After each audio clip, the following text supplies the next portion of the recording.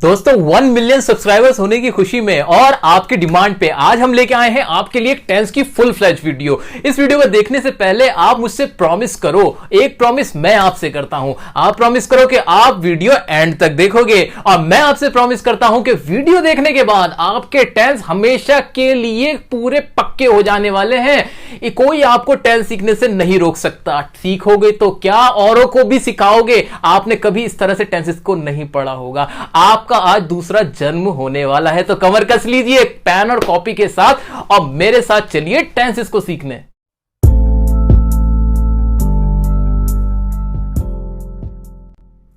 दोस्तों पहले हम समझते हैं कि टेंसेस का मतलब होता क्या है। टेंसेस ऐसे रूल्स होते हैं इंग्लिश ग्रामर के जो हमें बताते हैं कि कोई भी काम कौन से समय में हो रहा है। तो क्या मैं कह सकता हूं कि टेंसेस का मतलब होता है टाइम, क्योंकि ये वक्त को ही तो बताते हैं। कोई भी काम हो रहा है, खाने का, पीने का, हंसने का, रोने का, वो कौन से समय में हो रहा है वो बता देते हैं हमारे टेंसेस। लेकिन क्या ये सिर्फ टाइम ही बताते हैं? मैं आपको एक एग्जांपल देता हूं। मैंने कहा मैं आपको पढ़ा रहा हूं, मैं आपको पढ़ा रहा हूं। इसमें काम क्या हो रहा है? काम हो रहा है पढ़ाने का। लिखकर भी देख लेते हैं, मैं आपको पढ़ा रहा हूं। तो काम तो हो गया पढ़ाने का, और आप समझ गए कि पढ़ा रहा हूं कोई से वक्त में हो रहा है, कोई से समय में हो रहा है। तो टेंसेस के रूल्स की मदद से हम इसकी इंग्लिश बना लेंगे। ये बात क्लियर हो गई। लेकिन क्या कोई और भी चीज है यहां पे जो मिसिंग है? जी हां, टेंसेस का मतलब सिर्फ टाइम ही नहीं होता। ये हमें बताते हैं कि वो जो काम हो रहा है वो कितना हुआ है। तो यानी टेंसेस में हम देखेंगे कि टाइम और वर्क। जी हां, कि टेंसेस वो रूल्स होते हैं जो हमें बताते हैं कि कोई भी काम कौन से समय में हो रहा है और वो कितना हो रहा है या हो चुका है। अब कोई भी रूल होगा उसकी मदद से हम ये जान लेंगे कि ये भी जो भी काम हो रहा है वो कितना हो चुका है और वो कौन से समय में हुआ है। एग्जाम्पल की मदद से इसको और समझेंगे कि ये सेंटेंस हमने लिखा था, मैं आपको पढ़ा रहा हूं। अब जो हूं वर्ड था तो हिंदी में था, तो हम समझ गए कि ये अभी की बात है, प्रेजेंट की बात है, अभी में काम हो रहा है। अच्छा, वो कितना हो रहा है? अभी पढ़ाने का काम चल रहा है। तो दो बातों का हमें पता चला। अब इन दो बातों को ही लिखने के लिए हमें टेंसेस की मदद लेनी पड़ेगी। तो अभी मोटा मोटा आप ये समझेंगे कि टेंसेस का मतलब होता है ऐसे रूल्स इंग्लिश ग्रामर के जो हमें बताते हैं कि कोई भी वर्ब यानी कोई भी क्रिया जो काम हो रहा है वो कौन से वक्त में हो रहा है और वो कितना हो चुका है, उसका स्टेटस। अब बात करेंगे आगे की कि टेंसेस हमारे कितने टाइप्स के हो सकते हैं। अब दो चीजों पे फोकस करना है ना हमें, टाइम और वर्क। दो ही तो चीजें हैं हमारे पास। तो टाइम देख लो, वर्क देख लो, उन्हीं से रूल्स बनेंगे। रटने की बिल्कुल कोशिश ना करें, मैं आपको वार्न कर रहा हूं। बिल्कुल रटने की कोशिश ना करें। रटते तो आप सालों से आ रहे हैं, तो क्या सीख गए? नहीं सीखे ना। अभी जैसे समझा रहे हैं वैसे आप समझने की कोशिश करिए। तो टाइम कितने तरह का होगा? टाइम कितने तरह का हो सकता है? टाइम 3 तरह का ही तो होता है। कौन कौन सा? एक तो जो बीत गया सो बात गई, जिसे हम बोलते हैं भूतकाल, जिसे हम हिंदी में इंग्लिश में बोल देते हैं पास्ट टेंस, हिंदी में बोलते हैं भूतकाल, यानी बीता हुआ वक्त। आप पैदा हुए थे आज से 20 साल पहले, तो वो पुरानी बात हो गई, तो यानी वो पास्ट हुआ। अभी जो आप जिसमें जी रहे हो उसे बोलते हैं वर्तमान, और जिसे हम बोल देते हैं प्रेजेंट। ये मैं अभी बहुत ही जनरल नॉलेज की बात कर रहे हैं। हम ऐसी ही बात कर रहे हैं, कोई भी अभी इंग्लिश की बात तो हम कर ही नहीं रहे। आपको भी पता है कि कौन से वक्त, कितने जो वक्त हैं कितने टाइप के होते हैं, मुझे भी पता है, वही हम यहां डिस्कस कर रहे हैं ना। तो पास्ट बीता हुआ, प्रेजेंट जो अभी में है, और कोई सा भी होता है क्या? हाँ होता तो है। अभी आप एग्जाम क्लियर करने वाले हो, करोगे, यानी फ्यूचर में। अभी ये टेंस पढ़ने के बाद आप बहुत बढ़िया इंग्लिश बोलने वाले हो, तो ये भी तो फ्यूचर है आपका। तो एक हो गया हमारा फ्यूचर, जिसे हम बोलते हैं भविष्यकाल। तो टेंस को तो मैंने कैटेगराइज करने की खूब कोशिश करी कि मैं और भी बढ़ा लूं इसको, इसके टाइप और बना दूं, लेकिन मुझसे तो बने ही नहीं। ये बने सिर्फ 3। एक तो जो समय चला गया जिसे मैंने कहा पास्ट, एक जो चल रहा है प्रेजेंट, और जो आने वाला है उसे बोलेंगे हम फ्यूचर। अब फिर वही बात दिमाग में आई कि टेंस तो ऐसे रूल्स हैं जो दो चीजों को बताते हैं। एक टाइम कि वो काम कौन से समय में हो रहा है वो, और दूसरा वर्क भी तो है। अब काम को भी ऐसे डिफाइन करते हैं। काम कितने तरह का हो सकता है? काम क्या सिर्फ चल ही रहा होता है? नहीं, काम तो पूरा भी हो सकता है। मेरे को कहना है आपसे, मान लीजिए कि मैं आपको पढ़ा चुका हूं, यहां पर एग्जांपल था मैं आपको पढ़ा रहा हूं, इसी को मैंने कन्वर्ट कर दिया और मैंने लिख दिया मैं आपको पढ़ा चुका हूं। अब जो पढ़ाने का काम था वो पूरा हो गया है, बिल्कुल पूरा हो चुका है। तो वर्क जो था वो बदल गया, पहले चल रहा था अब कंप्लीट हो गया। तो यानी वर्क के भी कुछ टाइप्स हो सकते हैं। आइए बनाते हैं। तो वर्क में मैंने देखा, एक तो मैंने देखा कंटिन्यूअस, जो काम लगातार चल रहा है उसे हमने बोल दिया कंटिन्यूअस, ठीक है। एक और टाइप बनाया मैंने उसको बोला परफेक्ट। परफेक्ट का मतलब परफेक्ट, आमिर खान को बोलते हैं मिस्टर परफेक्शनिस्ट। या मैंने आपसे कहा कि परफेक्टली हुआ, यानी कोई भी कमी उसके अंदर नहीं बची, वो अधूरा नहीं है किसी भी तरह से, उसे हमने बोला परफेक्ट। तो इसको ऐसे याद रख सकते हैं कि काम परफेक्ट है, उसका मतलब ये हुआ कि वो कंप्लीट है, उसमें कुछ बचा नहीं है। तो कंटिन्यूअस हुआ, परफेक्ट हुआ, और एक और भी तो हो सकता है। कौन सा हो सकता है देखते हैं ना। एक मैंने बोला इनडेफिनिट। अब इनडेफिनिट का मतलब यहां पर क्या हुआ सर? इनडेफिनिट सुना है क्या? हाँ, एक वर्ड सुना है मैंने, डेफिनेटली करूंगा ये काम, निश्चित ही करूंगा। यानी डेफिनेट का मतलब हो गया पक्का, और इनडेफिनेट उसका उल्टा, यानी इनडेफिनेट जो पक्का नहीं है, अनिश्चित, जिसे हम क्या बोल सकते हैं? अनिश्चित, जो पक्का नहीं है। तो कोई काम ऐसा जो पक्का नहीं, आपको पता ही नहीं चल पाता कि वो चल रहा है या पूरा हो चुका है। अभी सबको डिटेल में पढ़ेंगे, बिल्कुल बेफिक्र रहिए। अभी आप सिर्फ एक मोटी मोटी नॉलेज ले लें, एक कॉन्सेप्चुअल क्लियरिटी हमें करनी है। अभी हमने क्या क्या पढ़ा है, थोड़ा सा रिवाइज करते हैं। हमने पढ़ा कि टेंस कितना तरह के होते हैं, टेंस होता क्या है, और टेंस में हमने इनको बांटा टाइम और वर्क में, और टाइम के बेस पे हमने बांटा, और अब वर्क को वर्क के बेस पे बांट रहे हैं। इतना ही तो करा हमने। तो आइए इंडेफिनिट भी देख लिया। तो अभी तक तीन बांटे, एक काम कौन सा हो गया जो चल रहा है, एक काम जो कंप्लीट हो चुका है, और एक पढ़ा हमने जो अभी पता ही नहीं कि चल रहा है कि कंप्लीट है, वो बस नॉर्मल है। एक और होता है परफेक्ट कंटिन्यूअस। ये खामा खां का टेंस बनाया हुआ है परफेक्ट कंटिन्यूअस। इस तरह का कोई काम होना नहीं चाहिए था, लेकिन ग्रामर का रूल है इसलिए हमें पढ़ना है। ये अगर आपने पढ़ लिया तो इसे भी आसानी से पढ़ लोगे, उसके बारे में हम आगे बात करेंगे। तो दोस्तों अब हम टाइम और वर्क के बेसिस पे टेंस को कैटेगराइज करते हैं, देखते हैं कि टेंसेस कितने टाइप के बनते हैं इन दोनों के मिक्सचर से। तो आइए देखते हैं क्या है। तो टाइम कितने तरह का हुआ? एक तो हुआ प्रेजेंट, एक हुआ था हमारा पास्ट, और एक हो गया हमारा फ्यूचर, ठीक है। ये तो हो गया टाइम। अच्छा, वर्क कौन कौन से होंगे, वर्क को देखते हैं आइए। तो वर्क में हमने देखा था, एक तो था हमारा इंडेफिनिट,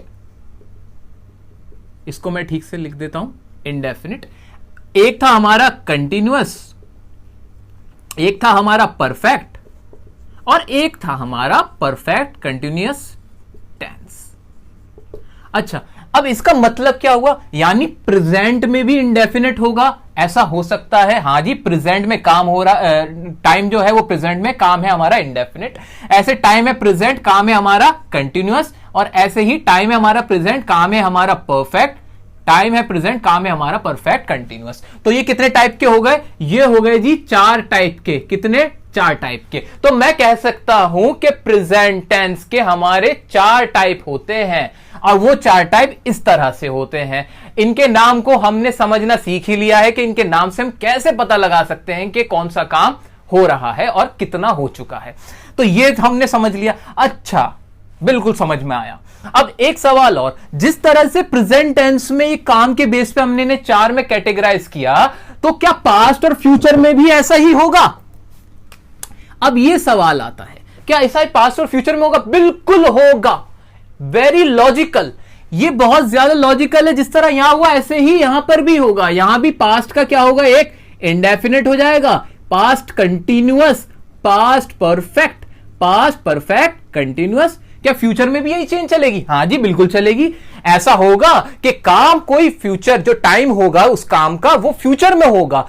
टाइम पता लग गया फ्यूचर का है, लेकिन जो काम हो रहा होगा, जो एक्टिविटी हो रही होगी, वो कैसी होगी? वो शायद कंटिन्यूअस हो, शायद इंडेफिनिट हो, शायद परफेक्ट हो, शायद परफेक्ट कंटिन्यूअस हो। हमें क्या पता? हमें तो रूल से मतलब है। इंडेफिनिट इसका भी हो गया, future indefinite, future continuous, future perfect, और फ्यूचर परफेक्ट कंटिन्यूअस। ये कुछ भी रटने की जरूरत बिल्कुल नहीं है। लोग कहते हैं कि जी 4 टाइप के सेंटेंस होते हैं, टेंसेस होते हैं, 3 होते हैं, इनके टोटल 12 ये वो। अरे नहीं सर, क्यों इतनी मेहनत कर रहे हो? कॉन्सेप्ट समझ लिया ना, टाइम वर्क दिमाग में ये बैठा लो, अपनी सारी ताकतों का इस्तेमाल करते हुए, अपनी जादुई शक्तियां जो भी हैं आपके अंदर, ये समझ लो टाइम और वर्क का कॉन्सेप्ट, और इसके बेस पे इनको कैटेगराइज इजीली कर लोगे। अब हमारा माइंड बिल्कुल क्लियर हो गया है। अब हमें यह समझ आ चुका है कि टेंसेस होते क्या हैं और उनके टाइप्स किस तरह से बने हैं। सर, आज तक आपने किसी किताब में यह नहीं पढ़ा होगा कि टेंसेस के जो टाइप्स हैं वो बनते कैसे हैं। हम इस वीडियो में यह डिस्कस कर रहे हैं कि टेंसेस के टाइप बने कैसे, यह इंपॉर्टेंट बात थी। इनको कैटेगराइज हम बिना रटे कैसे करें, यह इंपॉर्टेंट बात थी। तो अब हमारा एक ब्रॉड जो अंडरस्टैंडिंग है माइंड की वो हो चुकी है। अब हमारे को क्लियर कट आइडिया है कि हम क्या पढ़ने वाले हैं, यानी इन सब के अब हमें क्या पढ़ने हैं, रूल्स पढ़ने हैं। ये तो बहुत सारे हैं, 12 ये हैं, इनके भी अलग अलग टाइप्स होंगे, कैसे याद रखेंगे ये भी ट्रिक है।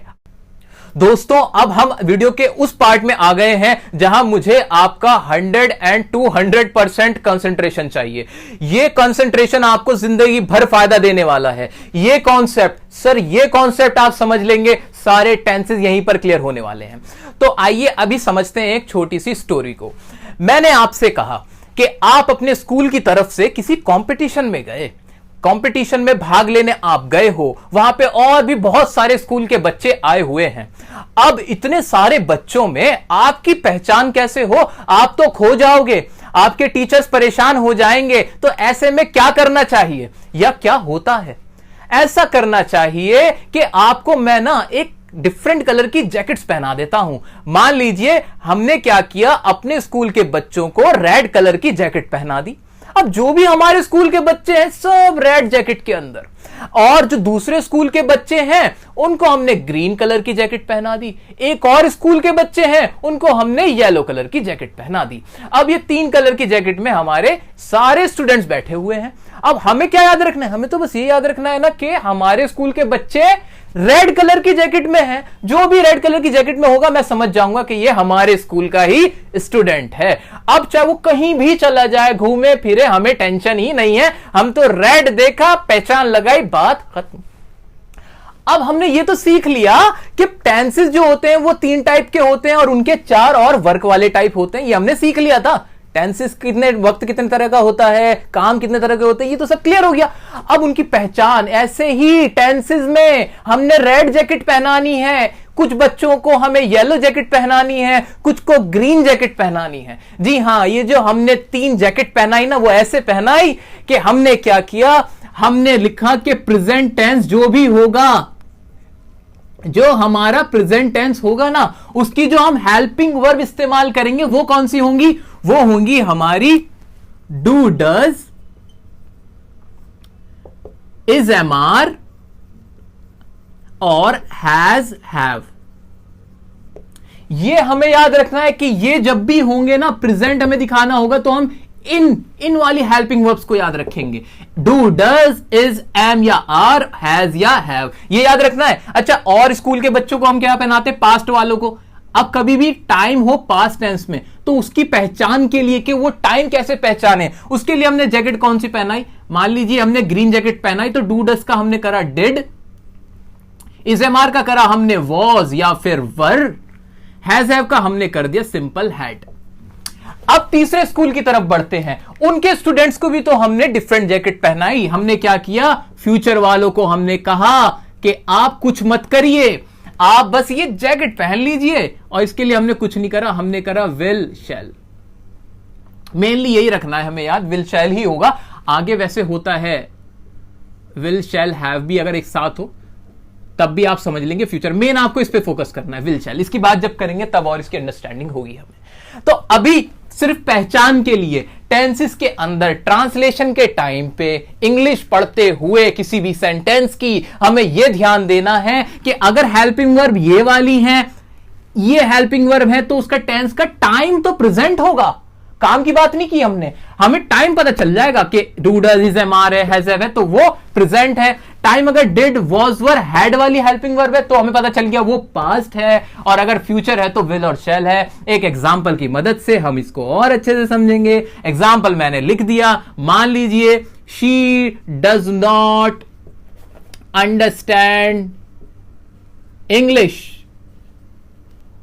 मुझे नहीं पता इसकी अभी हिंदी क्या है, मैंने तो इसको अभी पढ़ा ही नहीं है, लेकिन क्या मैं इस पोजीशन में हूं कि मैं समझ जाऊं कि इसमें टेंस कौन सा यूज हो रहा है? जी हां, बिल्कुल सही जवाब, डज आ रहा है यहां पे। डज समझते ही मेरे को पता चलिए इसका टाइम तो प्रेजेंट है, बात खत्म हुई। अभी हमने वर्क की बात नहीं करी, काम क्या हो रहा है? अंडरस्टैंड का, यानी समझने का काम हो रहा है। अभी हमने ये नहीं देखा कि काम को कैसे समझेंगे, अभी हम वर्क टाइम की बात कर रहे हैं। तो टाइम में हमने समझ लिया डज को देखते ही कि ये प्रेजेंट में बात हुई है। सर काम का भी बता दो ना। सर ऐसे ही काम का भी तो बता दो कि काम को कैसे पहचाने कि वो कितना हो चुका है। टाइम तो आप समझ गए, टाइम तो समझ गए कि हेल्पिंग वर्ब देखते ही छूटते ही समझ जाएंगे कि भाई ये प्रेजेंट है, ये पास्ट है, एकदम करेक्ट आंसर। अब काम का बता दो। क्या काम का भी कोई ऐसा रूल है? जी हां है रूल।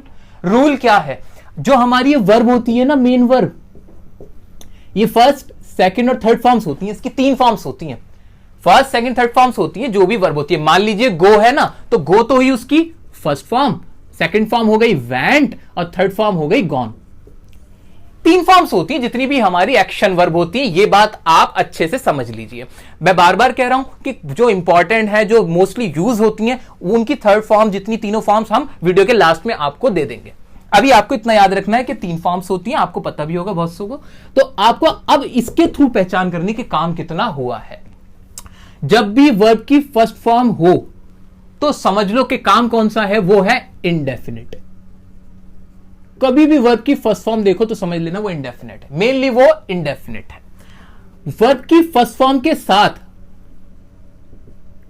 वर्ब की फर्स्ट फॉर्म के साथ अगर आईएनजी लगा हो, क्या लगा हो? आईएनजी। सर इसका मतलब क्या हुआ? आईएनजी मतलब ऐसे जैसे कि क्या मैंने आपके आगे लिख दिया रीडिंग, रीड के आगे क्या लगा दिया? जमा आईएनजी, पूरा क्या बन गया? रीडिंग। ऐसे मैंने लिख दिया कम और आखिर में क्या लिख दिया मैंने? कमिंग। तो reading, coming, going, listening, teaching, watching, जितने भी आईएनजी लगे हुए हैं, तो याद रखना मेरी बात, ये आईएनजी दिखाता है काम के चलते रहने को, यानी वो काम चल रहा है अभी। तो आईएनजी देखो, माइंड में एकदम क्लिक कर लो कि इस आईएनजी वर्ब जो हो रही है वो भी चल रही है, कुछ और मत देखो। जब भी वर्ब के साथ आईएनजी लगी हो, मेन वर्ब के साथ, आप समझ जाएंगे कि इसका मतलब क्या हुआ है कि वो काम अभी चल रहा है। अच्छा, तो 2 बातें भी पढ़ ली। फर्स्ट फॉर्म है तो वो इंडेफिनिट है, मेन वर्ब की फर्स्ट फॉर्म के साथ आईएनजी है तो वो क्या हो गया? कंटिन्यूअस हुआ। अच्छा, अब मेन वर्ब की जब थर्ड फॉर्म इस्तेमाल हो तो क्या होता है? थर्ड फॉर्म जब इस्तेमाल हो, थर्ड फॉर्म का मतलब ही अपने आप में होता है पूरा हो चुका होना। जैसे कि मैंने आपसे कहा she has gone, gone word यहां पर यूज किया, क्या यूज किया? ये वाला गॉन यूज कर लिया। अब इस गॉन का मतलब ही पता क्या है? गया हुआ। इसका मतलब जाना नहीं बन जाता, अब इसका मतलब ही हो गया गया हुआ। ऐसे मैंने एक वर्ड यूज किया टायर्ड, टायर्ड का मतलब हुआ थका हुआ। तो परफेक्ट में भी क्या होता है? परफेक्ट में होता ही यह है कि काम पूरा हो चुका होता है, यानी मेन वर्ब की जब थर्ड फॉर्म हुई तो हमें उसका अंदाजा लग गया कि ये टेंस में जो काम हुआ है वो परफेक्ट है, यानी वो पूरा हो चुका है। यानी अब हमें वर्ब को देख के भी अंदाजा लग गया है। एक बार इसको समराइज करेंगे।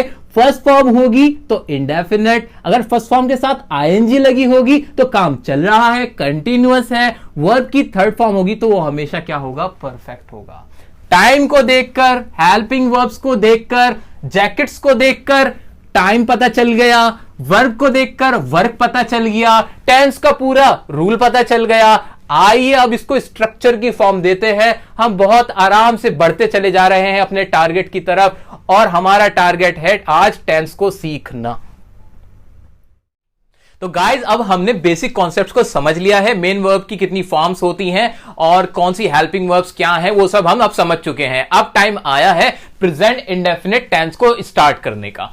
तो प्रेजेंट इंडेफिनिट टेंस का इस्तेमाल कब होता है? प्रेजेंट इंडेफिनिट टेंस का इस्तेमाल हम अपनी आदतों को बताने के लिए, अपना शेड्यूल बताने के लिए और अपना रूटीन बताने के लिए करते हैं। जी हां, जब भी आप प्रेजेंट इंडेफिनिट टेंस का इस्तेमाल करोगे तो यही वाले बातें बताओगे, इन्हीं सेंटेंसेस का आप इस्तेमाल करोगे। बहुत ज्यादा इस्तेमाल होता है, न्यूज़पेपर में भी इसका इस्तेमाल होता है, तो याद रखना न्यूज़पेपर्स के अंदर भी प्रेजेंट इंडेफिनिट टेंस में बहुत यूज किया जाता है। तो ये एक अलग चीज है। बाकी जो हमने 3 यूजेस पढ़े वो प्रेजेंट इंडेफिनिट टेंस के हैं। अच्छा, हिंदी में सर कैसे पहचानूं कि ये प्रेजेंट इंडेफिनिट टेंस का रूल लगेगा यहां पे? उसको पहचानने के लिए तरीका सुनिए। अब आप कोई भी हिंदी का सेंटेंस जिसके आखिर में क्या आवाज निकले, ता है, ती है, ते है, तो हो, तो आप प्रेजेंट इंडेफिनिट टेंस वहां लगा देना, बिना सोचे समझे बस लगा डालना। अगर ये वाली पहचान आप देखते हो, सेंटेंस कैसे ताहती है देखोगे, ऐसे देखना। जैसे मैंने कहा मैं स्कूल जाता हूं, जाता हूं। मेरी मम्मी खाना पकाती है, तुम वहां क्या करते हो? तुम झूठ क्यों बोलते हो? हम इंग्लिश पढ़ते हैं। तो ये हिंदी की पहचाने मैंने आपको बता दी, लेकिन इसका हमेशा इस्तेमाल मत करना। पता चला पूरी जिंदगी आप बस यही इस्तेमाल सीख के पहचान कर रहे हो। नो, ये तो अभी बेसिक्स के लिए बताया है, ये आपकी एक मदद की गई है। असली रूल तो आपको ऐसे ही याद करना है। कैसे? कि जहां आदतें होंगी, जहां पे आपको इंडेफिनेट और प्रेजेंट टाइम कौन सा होगा, प्रेजेंट का काम कैसा होगा, इंडेफिनेट का, इस तरह से आपको कॉन्सेप्ट याद करना है। ठीक है, तो आगे बढ़ते हैं। तो हमारा पहला है रूल अफर्मेटिव के लिए। अब ये सर अफर्मेटिव क्या होता है? डिफरेंट सेंटेंस हम अपनी लाइफ में बोलते हैं। जैसे कि हम वो कहते हैं कि मैं जाता हूं, मैं वहां क्रिकेट खेलता हूं। ये सारे तो हो गए अफर्मेटिव के, यानी इनमें हां में बात हुई, हां ये मैं काम करता हूं। ऐसे मैंने कहा जो मैं काम नहीं करता हूं उनके लिए क्या होगा? तो इसी बिहाफ पे, इसी बेसिस पे हमने क्या करा, सेंटेंस को कैटेगराइज कर रखा है। मेनली हम 3 कैटेगरी पढ़ने वाले हैं, एक अफर्मेटिव, एक नेगेटिव और एक इंटरोगेटिव। आपने सेंटेंस के टाइप्स पढ़े होंगे, बाकी हम यहां डिस्कस कर लेंगे। ठीक है, तो अफर्मेटिव जिसमें हम हां में बात करते हैं, जी हां ये काम हम करते हैं। आप प्रेजेंट इंडेफिनिट टेंस में ऐसे सेंटेंस जिसमें हम कहते हैं हां जी ये काम तो मैं करता हूं, ठीक है, तो उनके लिए आप कैसे इंग्लिश बनाओगे, उनकी ट्रांसलेशन कैसे करोगे, उसको समझते हैं। अफर्मेटिव किसी का भी हो, कोई भी सेंटेंस अगर अफर्मेटिव में है यानी हां में बात हो रही हो, तो सबसे पहले आप लगा देंगे सब्जेक्ट।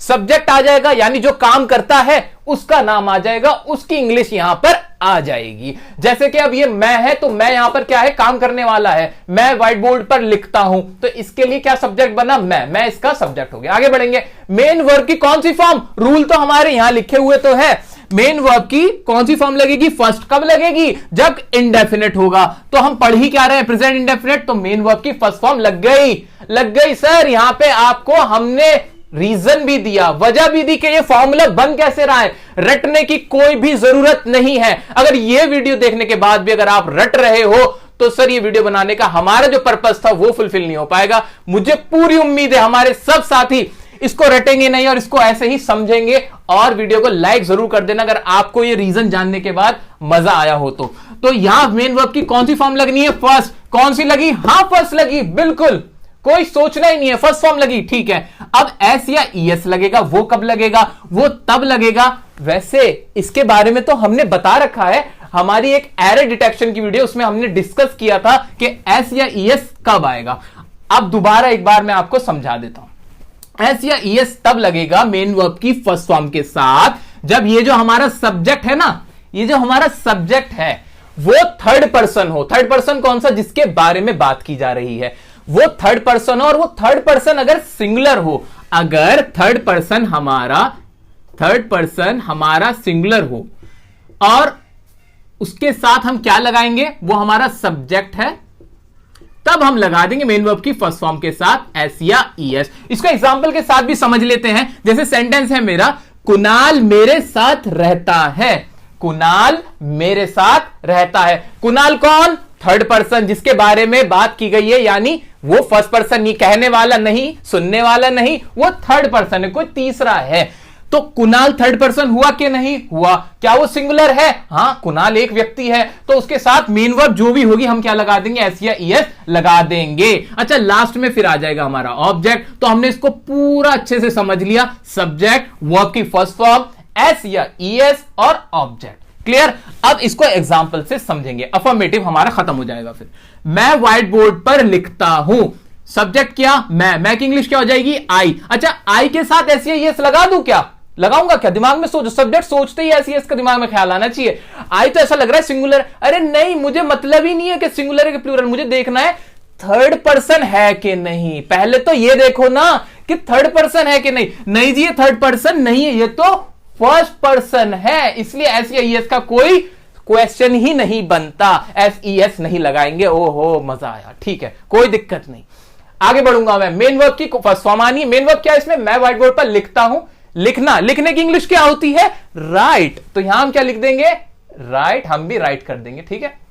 आई राइट, और ऑब्जेक्ट क्या है इसमें? किसके ऊपर लिखा जा रहा है? व्हाइट बोर्ड पर। तो मैं लिखूंगा आई राइट ऑन, और हमारा क्या आ जाएगा? White board. मैंने कोई भी सेंटेंस रटने की कोशिश ही नहीं करी, मैंने बस रूल देखा और कर लिया। अच्छा हिंदी से भी समझ लो जरा इसको। मैं व्हाइट बोर्ड पर लिखता हूं, ये क्या मेरे शेड्यूल है? शायद मेरा शेड्यूल हो सकता है। मेरी आदत है? हां मेरी आदत हो सकती है। मेरा रूटीन है? हां जी हो सकता है। तो ये वाला प्रेजेंट इंडेफिनिट इंग्लिश वाले जो हमने पहचान बनाई थी उससे प्रूव हुआ। अब देखो क्या हिंदी वाली पहचान, एक और पहचान तो थी, आखिर में ताहू आ रहा है, ये तो रहा ताहू। हां मैं व्हाइट बोर्ड पर लिख ताहू आया, ताहू कोई भी आएगा तो वो क्या होगा? प्रेजेंट इंडेफिनिट होगा। तो हमने दोनों तरीके से समझ ली सर ये वाली बात, और रूल तो हमें पता ही है। आओ दूसरे एग्जांपल पे। तुम उसे जानते हो। अब ते हो माइंड में आते ही समझ में आ गया क्या ये प्रेजेंट इंडेफिनिट है। तुम उसे जानते हो यानी ये हमारा हुआ प्रेजेंट इंडेफिनिट। इसको भी बनाएं, जल्दी से बनाते हैं। आइए सब्जेक्ट जल्दी बनाओ। तो तुम की इंग्लिश क्या हो जाएगी? तुम की इंग्लिश होगी हमारी यू। वर्ब क्या है? वर्ब आएगी ना, मेन वर्ब क्या है? उसे जानते। जानने की इंग्लिश क्या होती है? नो। अच्छा SEIS लगा दूं? लगा दें क्या हम यहां SEIS? नहीं लगाएंगे सर, क्योंकि ये तो थर्ड पर्सन है ही नहीं, ये तो सेकंड पर्सन है। अच्छा बहुत अच्छी बात। यू नो, और उसे की इंग्लिश क्या हो जाएगी? उसे की इंग्लिश हो जाएगी हिम या हर। डिपेंड करता है, अगर लड़के के बारे में बात हुई है तो हिम, लड़की के बारे में हुई है तो हर। अगले एग्जांपल पे आ सकते हैं अब हम। कुणाल मेरे साथ रहता है, इसको हमने पहले पढ़ ही लिया है, तो कुणाल के साथ हमें पता है SEIS लगेगा। वर्ब क्या है इसके अंदर? रहता। रहने की इंग्लिश क्या होती है? लिव। S लगेगा? बिल्कुल लगेगा। Kunal lives with me. ये हमने इसके एग्जांपल करे अफर्मेटिव के। दोस्तों अब हम बात करने वाले हैं प्रेजेंट इंडेफिनिट टेंस के नेगेटिव सेंटेंस की। अफर्मेटिव हो चुका, नेगेटिव में देखते हैं क्या इसके अंदर चेंजेस हैं। बेसिक तो बात वही रहेगी कि नेगेटिव कोई सा भी होगा, नहीं वाला होगा। शुरुआत तो सब्जेक्ट से ही होगी और खत्म ऑब्जेक्ट पे ही होगा, ये तो क्लियर है हमें, ठीक है। अब देखते हैं सब्जेक्ट के बाद क्या लगाएंगे। तो हिंदी से इंग्लिश बनाते वक्त आप सबसे पहले सब्जेक्ट इंग्लिश बनाओ, उसके बाद डू या डज लगाओ। डू किसके साथ? डज किसके साथ? तो डू जाएगा प्लूरल्स के साथ जो एक से ज्यादा है, और सिंगुलर्स के साथ लगेगा डज। लेकिन याद रखना आई के साथ आप इस्तेमाल हमेशा करोगे डू, ठीक है। कंफर्म, कोई डाउट नहीं जी। आगे बढ़ जाते हैं। सर नॉट लगा देना, क्योंकि नॉट की ही हिंदी नहीं होती है। उसके बाद मेन वर्ब की फर्स्ट फॉर्म प्लस ऑब्जेक्ट, ये रहेगा फॉर्मूला नेगेटिव सेंटेंसेस के लिए। एग्जांपल की मदद से इसको करते हैं। एग्जांपल है मेरा, मैं झूठ नहीं बोलता हूं। आपके सामने मैंने एक एग्जांपल रखा, मैं झूठ नहीं बोलता हूं। मैंने कहा इसकी इंग्लिश बनाओ।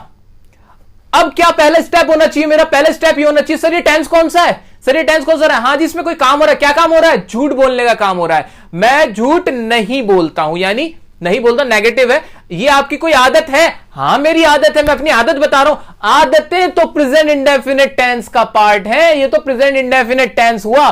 कंफर्म, पता चल गया प्रेजेंट इंडेफिनिट टेंस है। अच्छा और कोई पहचान? और भी तो पहचान थी। हाँ हिंदी वाली पहचान। क्या इसके आखिर में ता है, ती है वगैरह आ रहा है? हाँ मैं झूठ नहीं बोलता हूं, मैं आ तो रहा है, ये ता हूं, ये तो प्रेजेंट इंडेफिनिट टेंस है। अब इसको हम ऐसे समझ रहे हैं सर कि कभी भी कोई भी सेंटेंस हमारे सामने आ जाए तो उसकी कैसे इंग्लिश बनानी है, ये माइंडसेट बना के हमें पढ़ना है। ये नहीं कि इसको सिर्फ ये एग्जांपल है सॉल्व करे खत्म। नो, एग्जाम्पल 1000, 2000, लाख, कितने भी आप सेंटेंस बनाओगे रूल यही लगेगा, पहचाने यही रहेंगी, ये टस से मस नहीं होगी सर। इसलिए हमने पहचानों को माइंड में रखते हुए करना है, फिर प्रैक्टिस हो जाएगी तो ज्यादा सोचने की जरूरत नहीं पड़ा करेगी, बिलीव मी। ओके तो मैं झूठ नहीं बोलता, ये कंफर्म हो गया प्रेजेंट इंडेफिनिट का नेगेटिव है। सब्जेक्ट की इंग्लिश मैं की क्या बन जाएगी सर? मैं की इंग्लिश बनेगी आई, कोई दिक्कत नहीं। आई के साथ डू या डज में से क्या लगा दूं? आई के साथ हमने पढ़ा डू लगेगा, डू लग जाएगा। अच्छा नॉट, हाँ जी नॉट तो लगना ही लगना है, तो आई डू नॉट। और इंग्लिश क्या है इसकी? वर्ब क्या है इंग्लिश इसकी झूठ बोलने की? टेल अ लाई होती है, तो क्या लिखेंगे हम? I do not tell a lie. तो इसकी इंग्लिश हमने बना दी I do not tell a lie, मैं झूठ नहीं बोलता हूं। अगला क्या है? तुम दवाई नहीं लेते हो। इसके लिए सब्जेक्ट क्या होगा? सब्जेक्ट की इंग्लिश हम बनाएंगे तुम की इंग्लिश क्या हो जाएगी? यू। उसके बाद डू या डज आएगा। तुम क्या होता है हमारा? प्लूरल होता है, प्लूरल्स के साथ हम क्या लगा देते हैं? डू। डू आ जाएगा, नॉट भी सबके साथ आ जाएगा।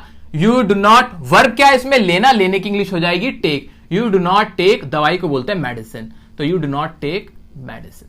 ठीक है, ओके। अगला है हमारा, वह कोशिश नहीं करती है। इसमें सब्जेक्ट क्या हमारा, शी, लड़की के लिए शी आता है। डू या डज, सिंगुलर्स के साथ लग जाएगा डज। डज नॉट, कोशिश करने की पूरी इंग्लिश होती है try. She does not try. ये हमने नेगेटिव समझे, फॉर्मूला समझा।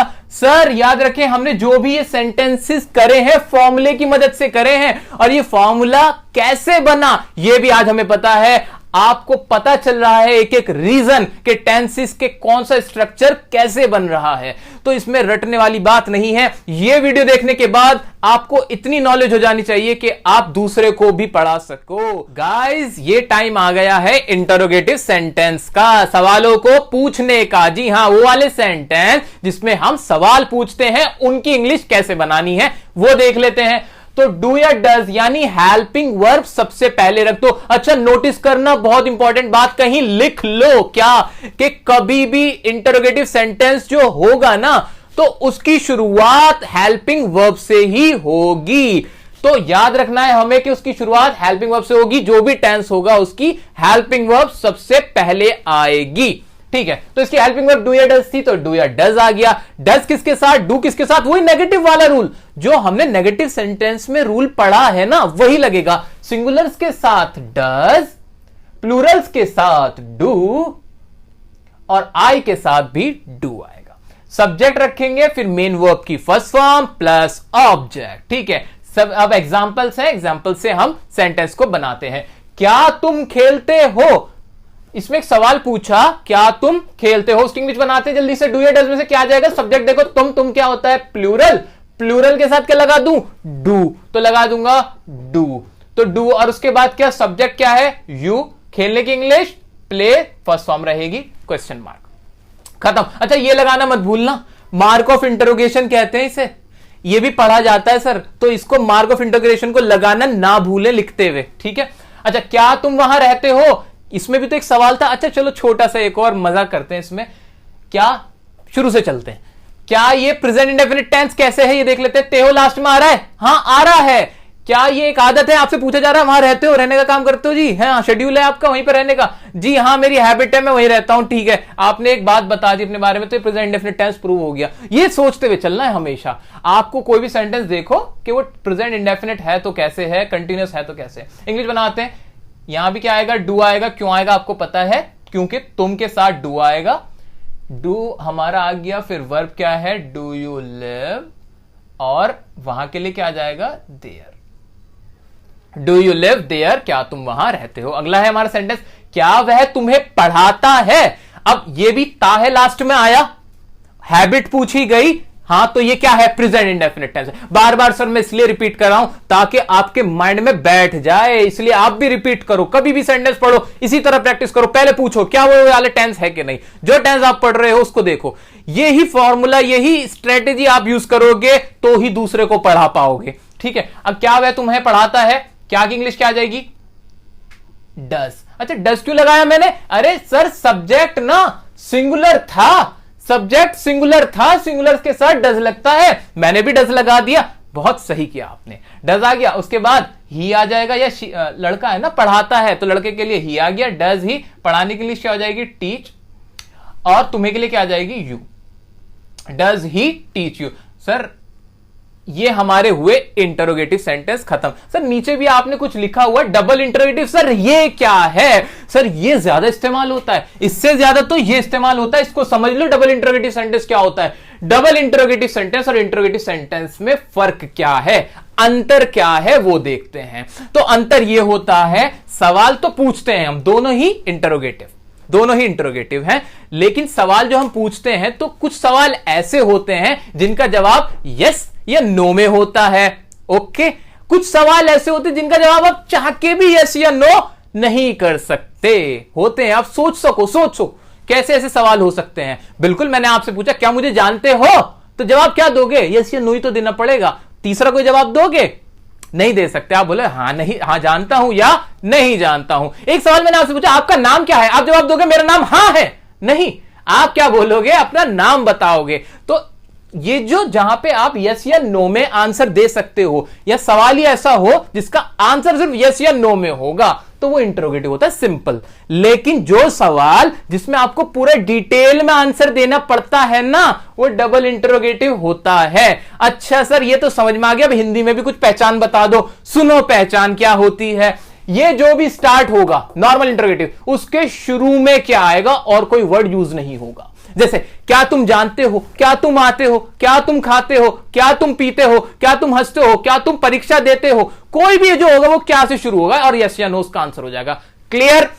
अब आते हैं डबल इंटरोगेटिव। ये नहीं होगा भाई, इसके शुरू में क्या नहीं होगा, इसके बीच में होगा। तुम क्या खाते हो वो चीज बताओ, तुम क्यों लड़ते हो वो वजह बताओ, तुम क्यों हंसते हो वो चुटकुला सुनाओ। तो अब ये वाली जो हमारे सेंटेंस हुए, इसमें बीच में WH फैमिली आई, सिर्फ क्या का इस्तेमाल नहीं हुआ, क्यों, कब, कैसे, जो भी हमारी WH फैमिली जिसे कहते हैं हम, वो यूज होती है।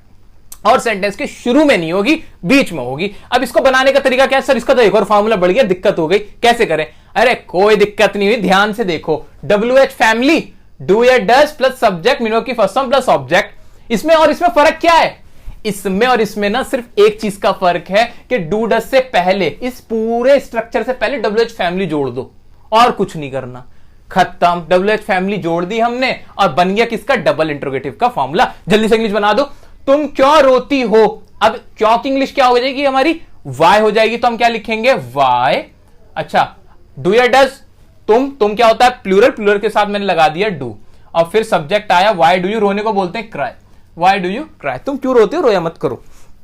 वह क्या कहता है? शुरू में क्या आया ना सर, हाँ या ना में जवाब दे सकते नहीं, पूरी डिटेल बतानी पड़ेगी, क्या बात कही उसने कान में आके।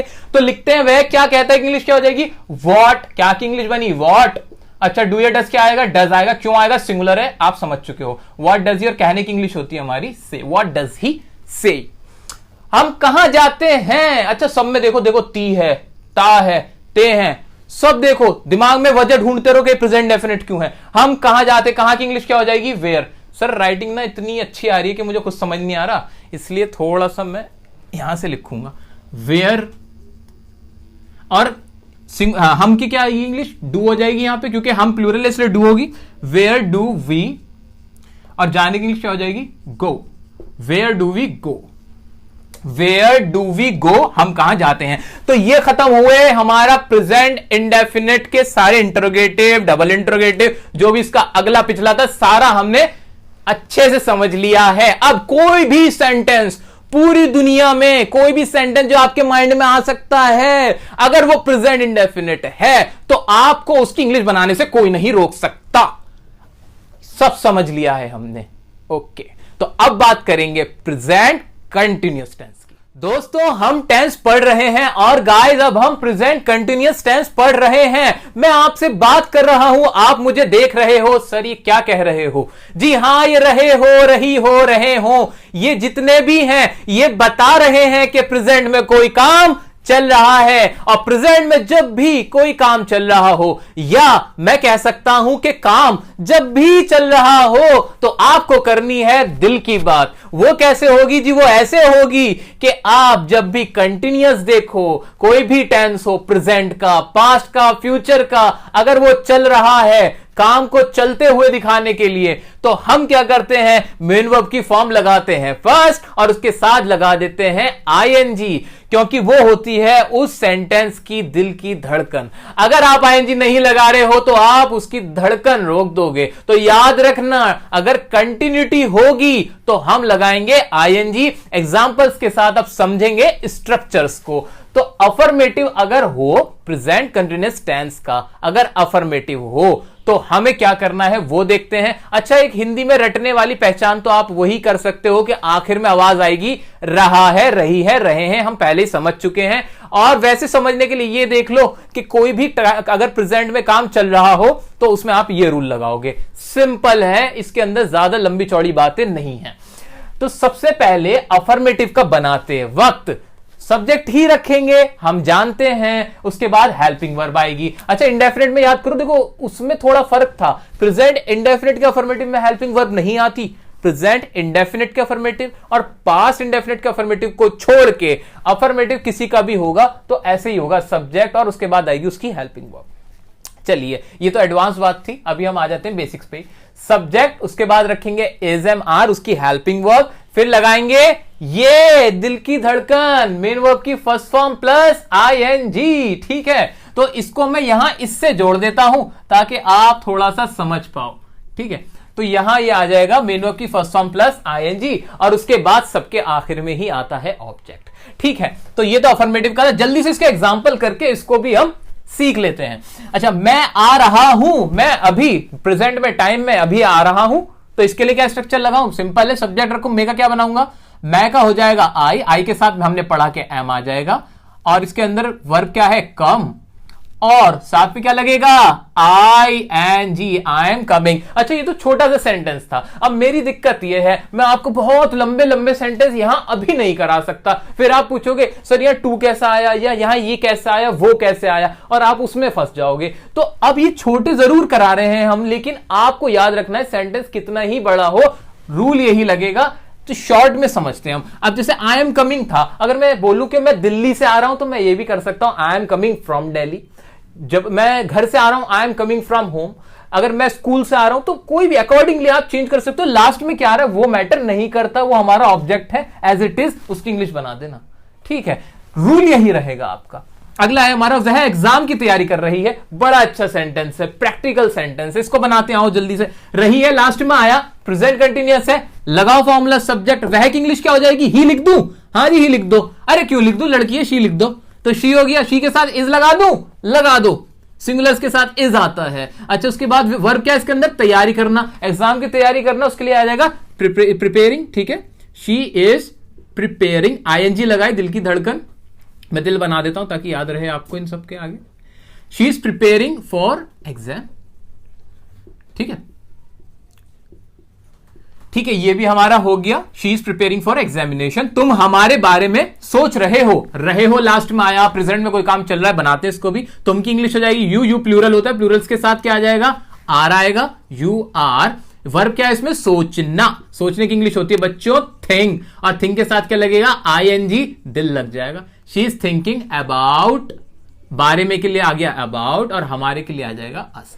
She is thinking, you are thinking about us, sorry, you are thinking about us. Okay, so ये हमने अफर्मेटिव देखे। अब बारी आती है नेगेटिव की। अब नेगेटिव सेंटेंसेस में क्या होगा? कुछ नहीं होगा, सिर्फ नॉट लग जाएगा एज इट इज, जैसे हमने प्रेजेंट इंडेफिनिट का नेगेटिव देखा था। तो इसमें भी हम जल्दी से इन एग्जांपल्स को कर लेते हैं। स्ट्रक्चर देख लीजिए, subject plus is am are plus not, main verb की first form ING plus object. तुम्हारा भाई तुम्हें नहीं बुला रहा है। तुम्हारा भाई इसमें क्या है? सब्जेक्ट, तो लिखते हैं योर ब्रदर। अब ब्रदर सिंगुलर है कि प्लूरल है? भाई योर ब्रदर, तुम्हारा भाई एक है जी, तो लिख दूंगा is. Your brother is not, verb क्या होगी इसके साथ? बुलाने को बोलते हैं कॉल, लग जाएगा ING. Your brother is not calling you, इसकी इंग्लिश ये बनी। अगला एग्जांपल है, मैं तुम्हारे साथ नहीं आ रहा हूं, तो आई एम, आई के साथ एम लगाया, नॉट सबके साथ लग नहीं है, वर्ब है कम, और साथ में क्या लगा? ING. I am not coming, और साथ के लिए आ गया with you. I am not coming with you. वह मुझे नहीं समझ रहा है। अब इसके लिए क्या आ जाएगा? समझने के लिए ही इज नॉट गेटिंग, और मुझे के लिए आ गया me. He is not getting me. तो ये हमने अभी अफर्मेटिव देखा, नेगेटिव देखा, अब देखेंगे इंटरोगेटिव।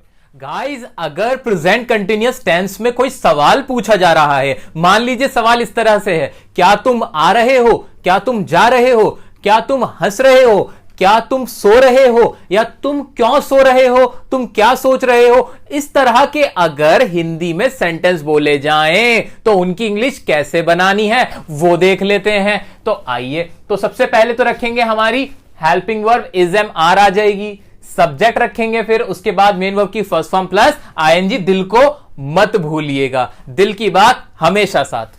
अब प्लस ऑब्जेक्ट, तो ये तो हो गया हमारा स्ट्रक्चर। अब एग्जाम्पल है, उनकी मदद से इसको और अच्छे से समझते हैं। क्या तुम मुझसे बात कर रहे हो, आखिर में रहे हो आ रहा है, तो समझ ही जाना चाहिए ये प्रेजेंट का कंटिन्यूअस है, और इसकी हेल्पिंग वर्ब होती है इज एम आर, और इज एम आर में सबसे पहले लगा दूंगा। अब तुम क्या होता है? प्लूरल होता है, प्लूरल के साथ आर आता है। तो आइए इसको कर लेते हैं। क्या तुम मुझसे बात कर रहे हो? सबसे पहले लगा दिया आर, उसके बाद आया सब्जेक्ट आर यू, और बात करने की इंग्लिश ही होती है टॉक, और साथ में लग जाएगा ING. Are you talking to me? तो ये बनी इसकी English, are you talking to me. Next है हमारा, क्या वह अपने घर जा रही है? इसमें वह को देख के दिमाग में आया, वह होता है सिंगुलर, सिंगुलर के साथ लगा दूंगा मैं इज शी गोइंग टू, उसके घर के लिए क्या आ जाएगा? Her home. अपना घर यानी उसका घर, is she going to her home, ये भी हो गया। अगला है हमारा, क्या तुम अपना बर्थडे मना रहे हो? पूछ रहे हैं भाई बर्थडे मना रहे हो कि नहीं, तो क्या आ जाएगा? आर यू, मनाना कोई त्योहार मनाना हो, बर्थडे मनाना, उसके लिए आता है celebrate. Are you celebrating your birthday? तो ये तो हमने कुछ एग्जांपल्स देखे। बाकी दुनिया का कोई भी सेंटेंस आप बनाना चाहो किसी भी वर्ब का इस्तेमाल करते हुए, प्रेजेंट कंटीन्यूअस टेंस के रूल यही रहेंगे, आपका आंसर अकॉर्डिंगली यही रहेगा। घबराने की जरूरत बिल्कुल नहीं है। ये जो स्ट्रक्चर हम करवा रहे हैं उसको आप कहीं नोट कर लो और बहुत साफ साफ नोट करके उसे लिख लो। फिलहाल इतना कर लो, जब ये सारे आप स्ट्रक्चर्स नोट कर लोगे तो उसके बाद जब इन्हें कभी भी लेके बैठोगे ना, आप कुछ चुटकियों में समझ जाओगे, आपकी रिवीजन खुद हो जाने वाली है। तो इनको नोट कर लो, बहुत आराम से देख रहे हैं हम, जल्दबाजी नहीं करनी है हमें, कॉन्सेप्चुअल चलते हैं। अब आते हैं डबल इंटरोगेटिव। डबल इंटरोगेटिव में क्या है? कुछ भी नहीं, बस इज एम आर से पहले WH फैमिली लगानी है, वही करते हैं। आओ जल्दी से, तुम आज रात कहां जा रहे हो? तो क्या आ जाएगा? वेयर। कहां की इंग्लिश हुई? वेयर। और फिर वही बाकी का तो ये ऊपर वाला ही आ जाएगा, वेयर। इज एम आर में से लगाया are, where are you going, और आज रात के लिए आ गया टुनाइट। मैं तो कहीं नहीं जा रहा आज रात।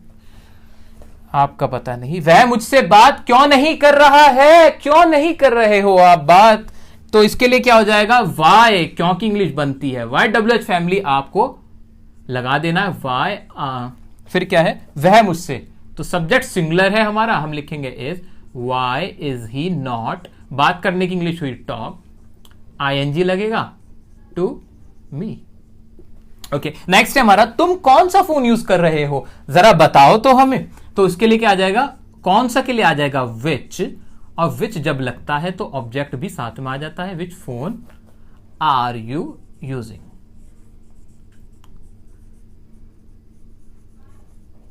तो ये हमने देखे कुछ एग्जांपल्स इसके इंटरोगेटिव और डबल इंटरोगेटिव, और बहुत बहुत मुबारक हो आपको, आपका प्रेजेंट कंटिन्यूअस टेंस भी with reasons, with answers complete हो चुका है। Guys, it's time to learn present perfect tense, यानी काम प्रेजेंट में है और वो परफेक्ट हो गया। परफेक्ट को सोचते ही दिमाग में आना चाहिए आमिर खान मिस्टर परफेक्शनिस्ट, यानी कोई उसमें अब कमी पेशी नहीं बची है, वो काम तो कंप्लीट हो गया। यानी कोई भी सेंटेंस अगर मैं बोलता हूं और उसमें मैं कहना चाहता हूं कि ये काम पूरा हो चुका है, तो मैं लगाऊंगा वहां परफेक्ट टेंस। टाइमिंग कौन सी है? ये प्रेजेंट वाली है, बस इतनी सी बात है। प्रेजेंट की कौन सी फॉर्म लगेगी? हैज हैव, यानी इसकी हेल्पिंग वर्ब हो जाएगी। हेल्पिंग वर्ब से हमें पता चल जाएगा कि ये प्रेजेंट में है। और परफेक्ट कैसे पता चलेगा? जी हां, परफेक्ट देखते हैं चार्ट से। परफेक्ट पता चलेगा मेन वर्ब की थर्ड फॉर्म से। कॉन्सेप्ट तो यहीं पे ही हो गया खत्म। अब आप तो बहुत समझदार बन गए हो, बहुत इंटेलिजेंट हो गए, मुझे भी सिखा दोगे। तो अब बता दो कि कैसे कैसे क्या होना है। आइए मेरे साथ और इसको करते हैं जल्दी से पैकअप। अफर्मेटिव में क्या होगा वो देखते हैं। अच्छा, इससे पहले एक छोटी सी बात, हैज किसके साथ और हैव किसके साथ? सर, हैज में कम अक्षर हैं तो ये सिंगुलर के साथ, हैव में ज्यादा अक्षर हैं ये प्लूरल के साथ, लेकिन आई के साथ हैव ही लगेगा। बस ये एक एक्सेप्शन है, ये याद रख लेना है, ठीक है? इस तरह इसको भी याद रख लोगे। और वही अफर्मेटिव शुरुआत में तो सब्जेक्ट ही आएगा, जी हां सब्जेक्ट ही आएगा। उसके बाद हेल्पिंग वर्ब आती है, हां आती है। इसकी हेल्पिंग वर्ब क्या हुई? हैज हुई। मेन वर्ब की कौन सी फॉर्म? थर्ड फॉर्म यहां से आ गई, और लास्ट में ऑब्जेक्ट आता है। एग्जाम्पल करते हैं जल्दी से। मैं खाना खा चुका हूं। अच्छा, हिंदी में भी तो पहचान बता दो सर। हिंदी में चुका है, चुकी है, चुके हो, लिया है, दिया है, मतलब ऐसा ये जो कुछ फॉर्म्स हैं, ये जो मैंने आपको हिंदी में बताई हैं, असल में तो आपको सर यही देखना पड़ेगा कि काम पूरा हो जाए। आप कहना अगर ये चाहते हो कि मैंने ये पर्टिकुलर काम, ये कोई भी वर्ब मैंने कंप्लीट कर ली है, जैसे मैंने कहा मैंने ताजमहल देखा हुआ है, तो यानी वो काम मैंने पूरा किया हुआ है। मैंने जैसे पानी पी लिया है, तो पानी पी लिया सर, वो काम पूरा हो गया है, तो वो दिमाग में रखना। तो रटने की कोई, ये इनिशियल स्टेज के लिए हम लोग बात कर रहे हैं, अदरवाइज जरूरत नहीं है। तो मैं खाना खा चुका हूं, यानी खाने खाने का काम कंप्लीट कर लिया है, वो रटने वाली बात आ गई, चुका हूं लास्ट में आ रहा है। बनाते हैं इसको। आइए, मैं के लिए क्या आ जाएगा, आई के साथ मैंने लगा दिया हैव, क्योंकि आई के साथ हैव आता है। और फिर क्या है, वर्ब है। खाना खाने को इंग्लिश में बोलते हैं ईट, सेकंड फॉर्म होती है एट, थर्ड फॉर्म होती है eaten. I have eaten the food. ये बन गया जी मेरा सेंटेंस, इंग्लिश बन गई। हम उससे मिल चुके हैं, सब्जेक्ट क्या, वी, साथ में क्या आएगा, हैव। सर हैज लगाओ ना, अरे क्यों लगाओ, प्लूरल के साथ तो हैव आता है। मीट की थर्ड फॉर्म होती है मैट, वी हैव मैट, और साथ में क्या लगा दिया मैंने, हिम। हर भी आ सकता है, लड़का लड़की देखना पड़ेगा। वह तुमसे मिल चुका है, वो पहले मिला हुआ है आपसे, तो यानी वो काम हो चुका है पूरा। तो वह तुमसे मिल चुका है, तो इसके लिए क्या आ जाएगा, लड़का है तो क्या आएगा, ही हैज मैट यू। ये कुछ एग्जांपल्स हमने कर लिए। इसके नेगेटिव पे आ जाते हैं। नेगेटिव में और इसमें फर्क क्या होगा, आप खुद सोचो दिमाग से, नेगेटिव में और इसमें फर्क क्या होगा। कोई फर्क नहीं होगा, सिर्फ लग जाएगा नॉट लगेगा, NOT नॉट। तो अब ये दो एग्जाम्पल मैंने आपके लिए दे दिए, ये मैं नहीं करूंगा, ये आप मुझे करके बताओगे। कुछ नहीं करना है, हैजर के बाद बस नॉट लगा देना। आपकी हिंट के लिए वर्ब की फॉर्म बता देता हूं। देखने की इंग्लिश हो जाती है सीन, और पहुंचने की इंग्लिश हो जाएगी, थर्ड फॉर्म लिख रहा हूं मैं यहां पे आपके लिए, रीच्ड। तो ये है, ये क्या है, थर्ड फॉर्म। तो आपको अगर दिक्कत आएगी तो इसमें आएगी, ये मैंने आपके लिए लिख दी फॉर्म, ये है थर्ड। दोस्तों इसका इंटरोगेटिव और देख लेते हैं। इंटरोगेटिव में भी क्या होगा, अब आप तो खुद बनाओगे स्ट्रक्चर, क्योंकि आप जानते हो कि कैसे बनना है। इंटरोगेटिव है तो सबसे पहले दिमाग में क्या आया कि शुरुआत में क्या आनी चाहिए, उसकी हेल्पिंग वर्ब। हाँ जी, हेल्पिंग वर्ब रख दी क्या, हाँ रख दी जी, हैव आ गया। सब्जेक्ट लगाना होता है, उसके बाद सब्जेक्ट रखा, हाँ सब्जेक्ट रखा। सब्जेक्ट के बाद फिर क्या लगती है, मेन वर्ब लगती है, हाँ मेन वर्ब लगती है। लेकिन क्योंकि ये परफेक्ट है, इसके लिए लगा दो फॉर्म थर्ड, लगा दी थर्ड। लास्ट में ऑब्जेक्ट आता है, रख दिया, हाँ जी रख दिया ऑब्जेक्ट, बन गया स्ट्रक्चर। रटा तो है ही नहीं। ठीक है, अब इसके कुछ एग्जांपल देखते हैं, जल्दी से उसकी इंग्लिश भी बना देते हैं। एग्जांपल क्या है, क्या तुम मैच जीत चुके हो, क्या तुम मैच जीत चुके हो, यानी मैच जीतने का काम खत्म हो गया है। तो बनाएंगे इसकी। तो सबसे पहले तो सब्जेक्ट क्या है, यू, इसके लिए क्या आ जाएगा, हैव, फिर आ जाएगा सब्जेक्ट, और जीतने की इंग्लिश होती है विन, वॉन, तो हैव यू वॉन, और लास्ट में क्या आ जाएगा, object, have you won the match. अच्छा, अगला एग्जांपल है, क्या तुमने काम कर लिया है, जो आप काम कर रहे थे, जो काम करते हो, वो काम क्या आपने पूरा कर लिया है, प्रेजेंट में पहले से चल रहा था और आपने फिनिश कर लिया है। तो हम बोलेंगे, अच्छा यहां वर्ड कीवर्ड है। याद रखना कि जो परफेक्ट होगा ना, ये है की आवाज निकलेगी, क्योंकि प्रेजेंट का परफेक्ट होगा। अगर था की आवाज निकली फिर वो प्रेजेंट का नहीं होगा। ये हमें माइंड में रखना है। जितने भी प्रेजेंट टेंस होंगे उनकी आवाज, हिंदी की अगर मैं बात करूं तो है में आएगी, है, हूं, हो। ये बहुत जनरल बात है, साधारण। अगर आप इस पे गौर नहीं करोगे तो दिक्कत में आ जाओगे। ठीक है, तो अब इसकी इंग्लिश क्या होगी, क्या तुमने काम कर लिया, शुरू में तो हैव ही आएगा, हैव यू, और करने की इंग्लिश होती है डू, और थर्ड फॉर्म होती है done, have you done the work. Sir ये भी हो गया। अब कोई भी एग्जांपल आपकी मर्जी से आप उसकी हिंदी लिखो और इंग्लिश बना दो, कोई टेंशन वाली बात ही नहीं है। अच्छा, इसके डबल इंटरोगेटिव होंगे, बिल्कुल होंगे, क्यों नहीं होंगे। डबल इंटरोगेटिव में क्या चेंज होगा, सर कोई चेंज नहीं होने वाला। डबल इंटरोगेटिव में हम बस क्या करने वाले हैं कि स्ट्रक्चर जो है ये हमारा ये वाला, उससे पहले हम लिखने वाले हैं WH फैमिली, जो हम करते भी हैं, लगा दो WH फैमिली। अच्छा, अपनी कॉपीज में आप अलग अलग ही लिखना, ये तो मैंने अपनी सुविधा के लिए, यहां थोड़ा सा मैं सेल्फिश हो रहा हूं, अपनी सुविधा के लिए कि दोबारा ना लिखना पड़े, मैं यहां से इसको रब करके लिख रहा हूं, आप अलग अलग लिखोगे। अच्छा, और एग्जांपल में क्या हो जाएगा, शुरू में क्या नहीं आएगा और क्या कहां पर आएगा, क्या तुम मैच जीत चुके हो, हम कह देंगे तुम कब, हमने इसको बना दिया कब, तुम कब मैच जीत चुके हो। क्या तुमने काम कर लिया को हमने कह दिया तुमने काम कैसे कर लिया है। ये तो मैंने अपने अकॉर्डिंग सेंटेंस बनाया, आप भी अपनी मर्जी का कोई भी सेंटेंस, जी हां, रूल लगाओ और बना लो ना। अब तो आप मालिक हो गए, आप राजा बन गए हो, आपको सब पता चल गया है कि कैसे करना है। अब इंग्लिश में डर नहीं लगना चाहिए, बिल्कुल नहीं। अब तो पढ़ा सकते हो। तुमने अब ये बनाया हमने, तुमने काम कैसे कर लिया। अब इसकी इंग्लिश में क्या फर्क आ जाएगा, कोई फर्क आएगा। देखो जादू, जादू कुछ नहीं करूंगा मैं क्या कर दूंगा, कब की इंग्लिश क्या होती है, वैन। मैंने इसके आगे बस वैन जोड़ दिया। चलो लो साफ साफ लिख देते हैं, यहां पे लिख देंगे वैन, बस। जादू, इसमें क्या करूंगा, पूरा मिटाऊं, मैं तो नहीं मिटा रहा। तुमने काम कैसे कर लिया को मैं कर दूंगा हाउ, बस। ये तो फर्क है। तो ये बन गए हमारे डबल इंटरोगेटिव। तो ये डबल इंटरोगेटिव का स्ट्रक्चर था, और इस तरह ये करते हुए हमने बहुत ही शानदार तरीके से प्रेजेंट परफेक्ट टेंस को भी परफेक्टली खत्म कर लिया है। अब बारी आई है प्रेजेंट परफेक्ट कंटिन्यूअस टेंस की, जिसके बारे में हमने कहा था कि ये खाम में टेंस को बढ़ा देने वाली बात है। इसके टाइप का कोई खास रेलेवेंस नहीं है, इस्तेमाल करने में भी काफी कम इस्तेमाल होता है ये टेंस, लेकिन इस्तेमाल होता है, ये इंपॉर्टेंट है। तो हमें सब कुछ पढ़ना है और बहुत अच्छे से पढ़ना है। तो प्रेजेंट परफेक्ट कंटिन्यूअस कंफ्यूज करने के लिए बहुत बढ़िया ये टेंस है, क्योंकि इसके नाम में दोनों ही आ जाते हैं, परफेक्ट भी और कंटिन्यूअस भी। अब सर हम क्या समझें इसको, तो आप ये समझें कि ये जो कंटिन्यूअस टेंस है जो कि परफेक्ट है, इसको लिख भी लो कि ये कौन सा टेंस है, कंटिन्यूअस है जो कि परफेक्ट है। इसका मतलब क्या हुआ, इसका मतलब यह हुआ कि जो इसकी कंटिन्यूटी है ना, ये जो दिल की धड़कन चल रही है, तक धक धक धक ये जो हो रहा है, वो एक सिस्टमैटिक मैनर में हो रहा है, यानी हमें मालूम है कि ये कब से चल रही है। तो इसलिए इसका नाम दे रखा है प्रेजेंट परफेक्ट कंटिन्यूअस टेंस, कि हमें मालूम है कि ये काम कब से चल रहा है, इसकी टाइमिंग हमें पता है। मैंने आपके सामने एक एग्जांपल रखा कि मैं आपको पढ़ा रहा हूं, ये कौन सा टेंस है।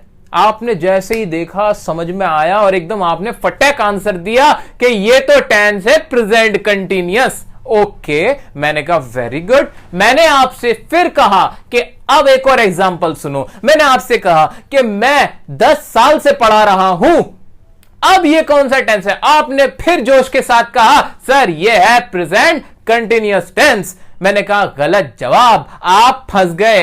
अब मछली फंसी जाल में, यही फंसते हैं हम एग्जाम में, क्योंकि जब हमने कहा कि मैं 10 साल से पढ़ा रहा हूं, इसका मतलब यह हुआ कि मुझे मालूम है कि मैं पढ़ाने का काम कब से कर रहा हूं, कि ये कंटिन्यूटी जो है वो मुझे मालूम है। यही हमारा प्रेजेंट परफेक्ट कंटिन्यूअस टेंस है, कि हमें जब मालूम हो कि कोई काम चल रहा है और वो कब से चल रहा है। तो ये जो ये लैंडमार्क समझ लो इसको, या कोई भी स्टार्टिंग पॉइंट अगर आपको दिया हुआ है तो आप उसको कौन सा टेंस बोलेंगे, बोलेंगे वो परफेक्ट कंटिन्यूअस है।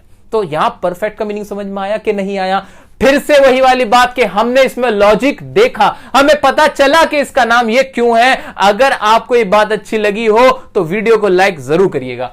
ठीक है, अब आगे बढ़ते हैं इसकी हेल्पिंग वर्ब की तरफ। हेल्पिंग वर्ब इसकी होती है हैज बीन और हैव बीन। अब हैज बीन और हैव बीन किसके साथ आएगा, तो आप बहुत समझदार हो। हैज बीन तो हैज हमने अब तक कहां लगाया था, सिंगुलर्स के साथ। वही रूल है, हैज बीन लगा दो सिंगुलर्स के साथ। हैव बीन किसके साथ आएगा, अरे वही रूल है, प्लूरल्स के साथ और आई के साथ, कोई बदलाव नहीं है। आ गया अफर्मेटिव का स्ट्रक्चर। फिर आप अपनी कलाकारी दिखाओ, आपके अंदर का साइंटिस्ट फिर से निकल के आएगा और कहेगा कि अफर्मेटिव अगर सेंटेंस का टाइप है तो मैं सबसे पहले इंग्लिश बना दूंगा सब्जेक्ट की। वेरी गुड, सब्जेक्ट सबसे पहले रख दो, उसके बाद रखूंगा मैं हेल्पिंग वर्ब। लेकिन जरा संभल के दोस्त, क्योंकि यहां हैज हैव के बाद बीन है, पूरा हैज बीन इकट्ठा नहीं आएगा, इनको जुदा कर दिया गया, हैज बीन को जुदा कर दिया गया। ठीक है, तो हैज हैव लगाओगे फिर बीन आएगा, और फिर मेन वर्ब की कौन सी फॉर्म लगानी चाहिए, यहां फर्स्ट लिखा है। सर फर्स्ट क्यों लिखा, ये तो परफेक्ट था। नहीं भाई, परफेक्ट कंटिन्यूअस था, काम तो चल रहा है, और जब भी काम चल रहा हो मुझे मालूम है आएगी तो फर्स्ट फॉर्म और आईएनजी। क्या हमने अच्छे से समझा इसको, बिल्कुल। तो यहां आ गया आईएनजी और मेन वर्ब की फर्स्ट फॉर्म लगेगी, ठीक है। फिर आएगा ऑब्जेक्ट, और एक मजेदार बात क्या आ जाएगी कि लास्ट में आएगा सिंस या फॉर। अब ये क्या है उसको हम एग्जांपल से समझते हैं। आइए एग्जाम्पल को देखते हैं। पहला एग्जाम्पल है हमारा, मैं सुबह से आपका इंतजार कर रहा हूं। अच्छा सर, इसकी कोई पहचान तो बताई नहीं, हिंदी में कैसे पहचानेंगे? हिंदी में ऐसे पहचानेंगे कि काम तो चल रहा होगा लेकिन कोई टाइम दिया हुआ होगा कि इस टाइम से चल रहा है। जैसे ही टाइमिंग दी हो तो दिमाग की घंटी बज जानी चाहिए कि सर ये तो परफेक्ट कंटिन्यूअस टेंस है, रूल वो वाले लगेंगे, ठीक है। तो सबसे पहले मैक इंग्लिश बना लेता हूं। मैक इंग्लिश क्या होगी? मैक इंग्लिश बन जाएगी आई, और आई के साथ क्या आएगा आपका? आई के साथ आपका आएगा हैव बीन, और फिर क्या आएगी? वर्ब। वर्ब क्या है इसमें? इंतजार करना, आई हैव बीन। वेट, और वेट के साथ क्या लग जाएगा? ING, waiting for you. और लास्ट में सिंस फॉर का इस्तेमाल है, वो कैसे होगा?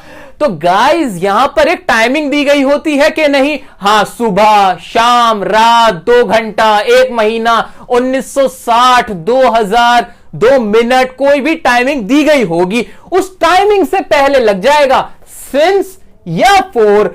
अब एक और सवाल, सिंस किसके साथ, फॉर किसके साथ? सिंस आएगा डेफिनेट टाइमिंग्स के साथ, जो टाइमिंग पक्की है, मुझे पता है, यानी जिन्हें मैं अच्छे से समझ सकता हूं। हां, ये यही है, एग्जैक्टली यही है। इसका मतलब क्या? जैसे मैंने कोई तारीख बोली, मैंने कहा 24 अक्टूबर 1960।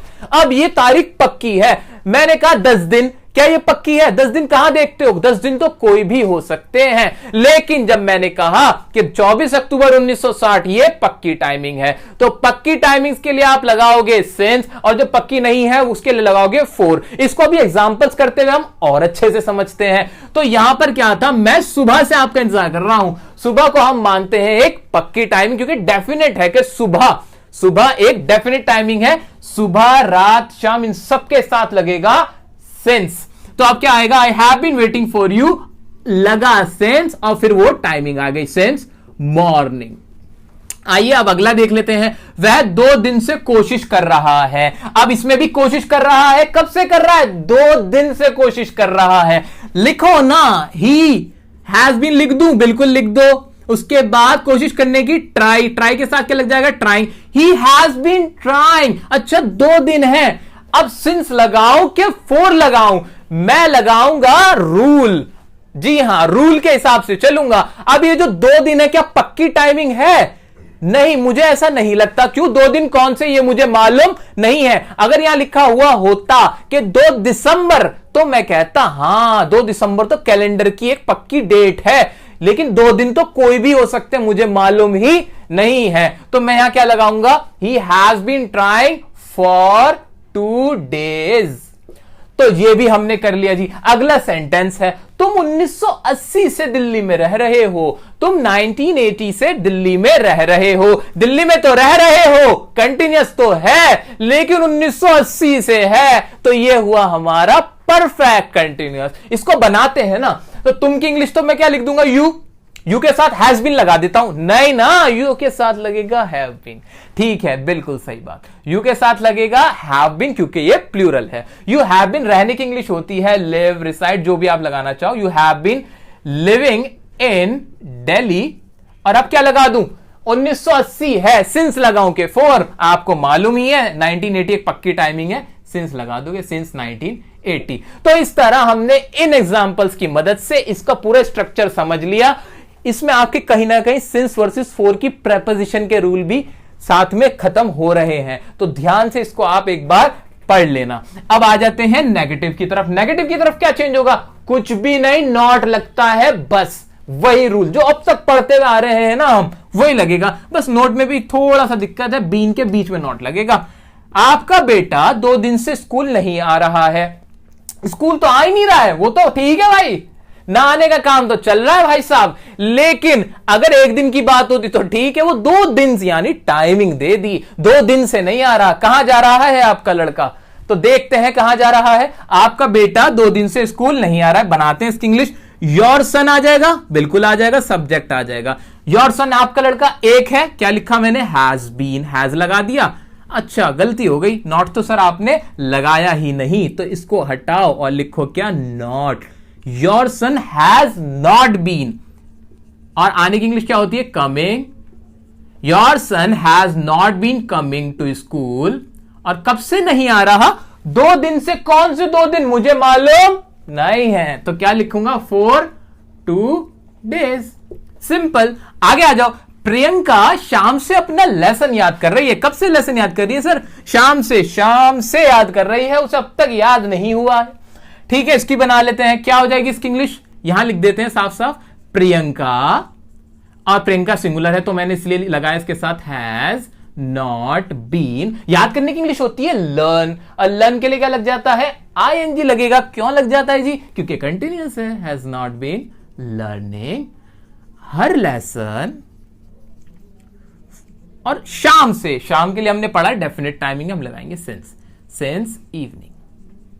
अच्छा देखो, एक बार इसको पढ़ के देखते कैसा लगता है। Priyanka has not been learning her lesson since evening. ऐसा लग रहा है कि आपने तो पता नहीं कौन सा सेंटेंस बोल दिया। यही होता है आपके साथ। कोई भी अगर आपसे ये सेंटेंस बोल देता है तो आपको लगने लगता है पता नहीं उसने कितनी हाई क्लास की इंग्लिश बोल दी, बड़ी एडवांस बोल दी, हमारे तो सर पे बाउंसर गया। सर आप भी यही बोलोगे, इसमें कुछ भी नहीं था, कुछ भी नहीं है इसके अंदर, सिंपल सी चीजें हैं। तो इसको अच्छे से समझ लो, घोट लो, पक्का कर लो और यूज करना शुरू कर दो।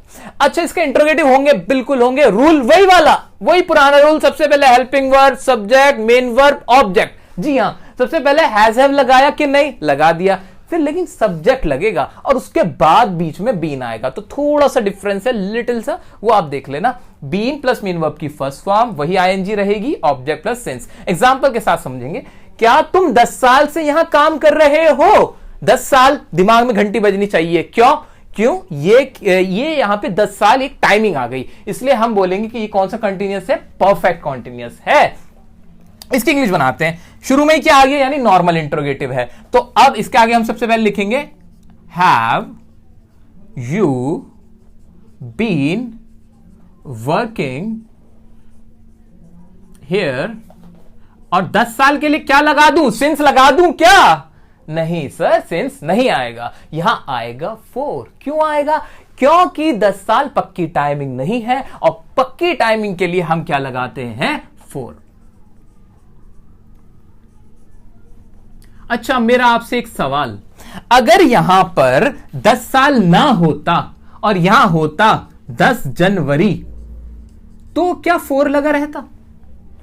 अगर हमारे क्वेश्चन में 10 साल की जगह लिखा होता 10 जनवरी, 10 साल की जगह लिखा होता 10 जनवरी, तो क्या सेंटेंस यही बना रहता?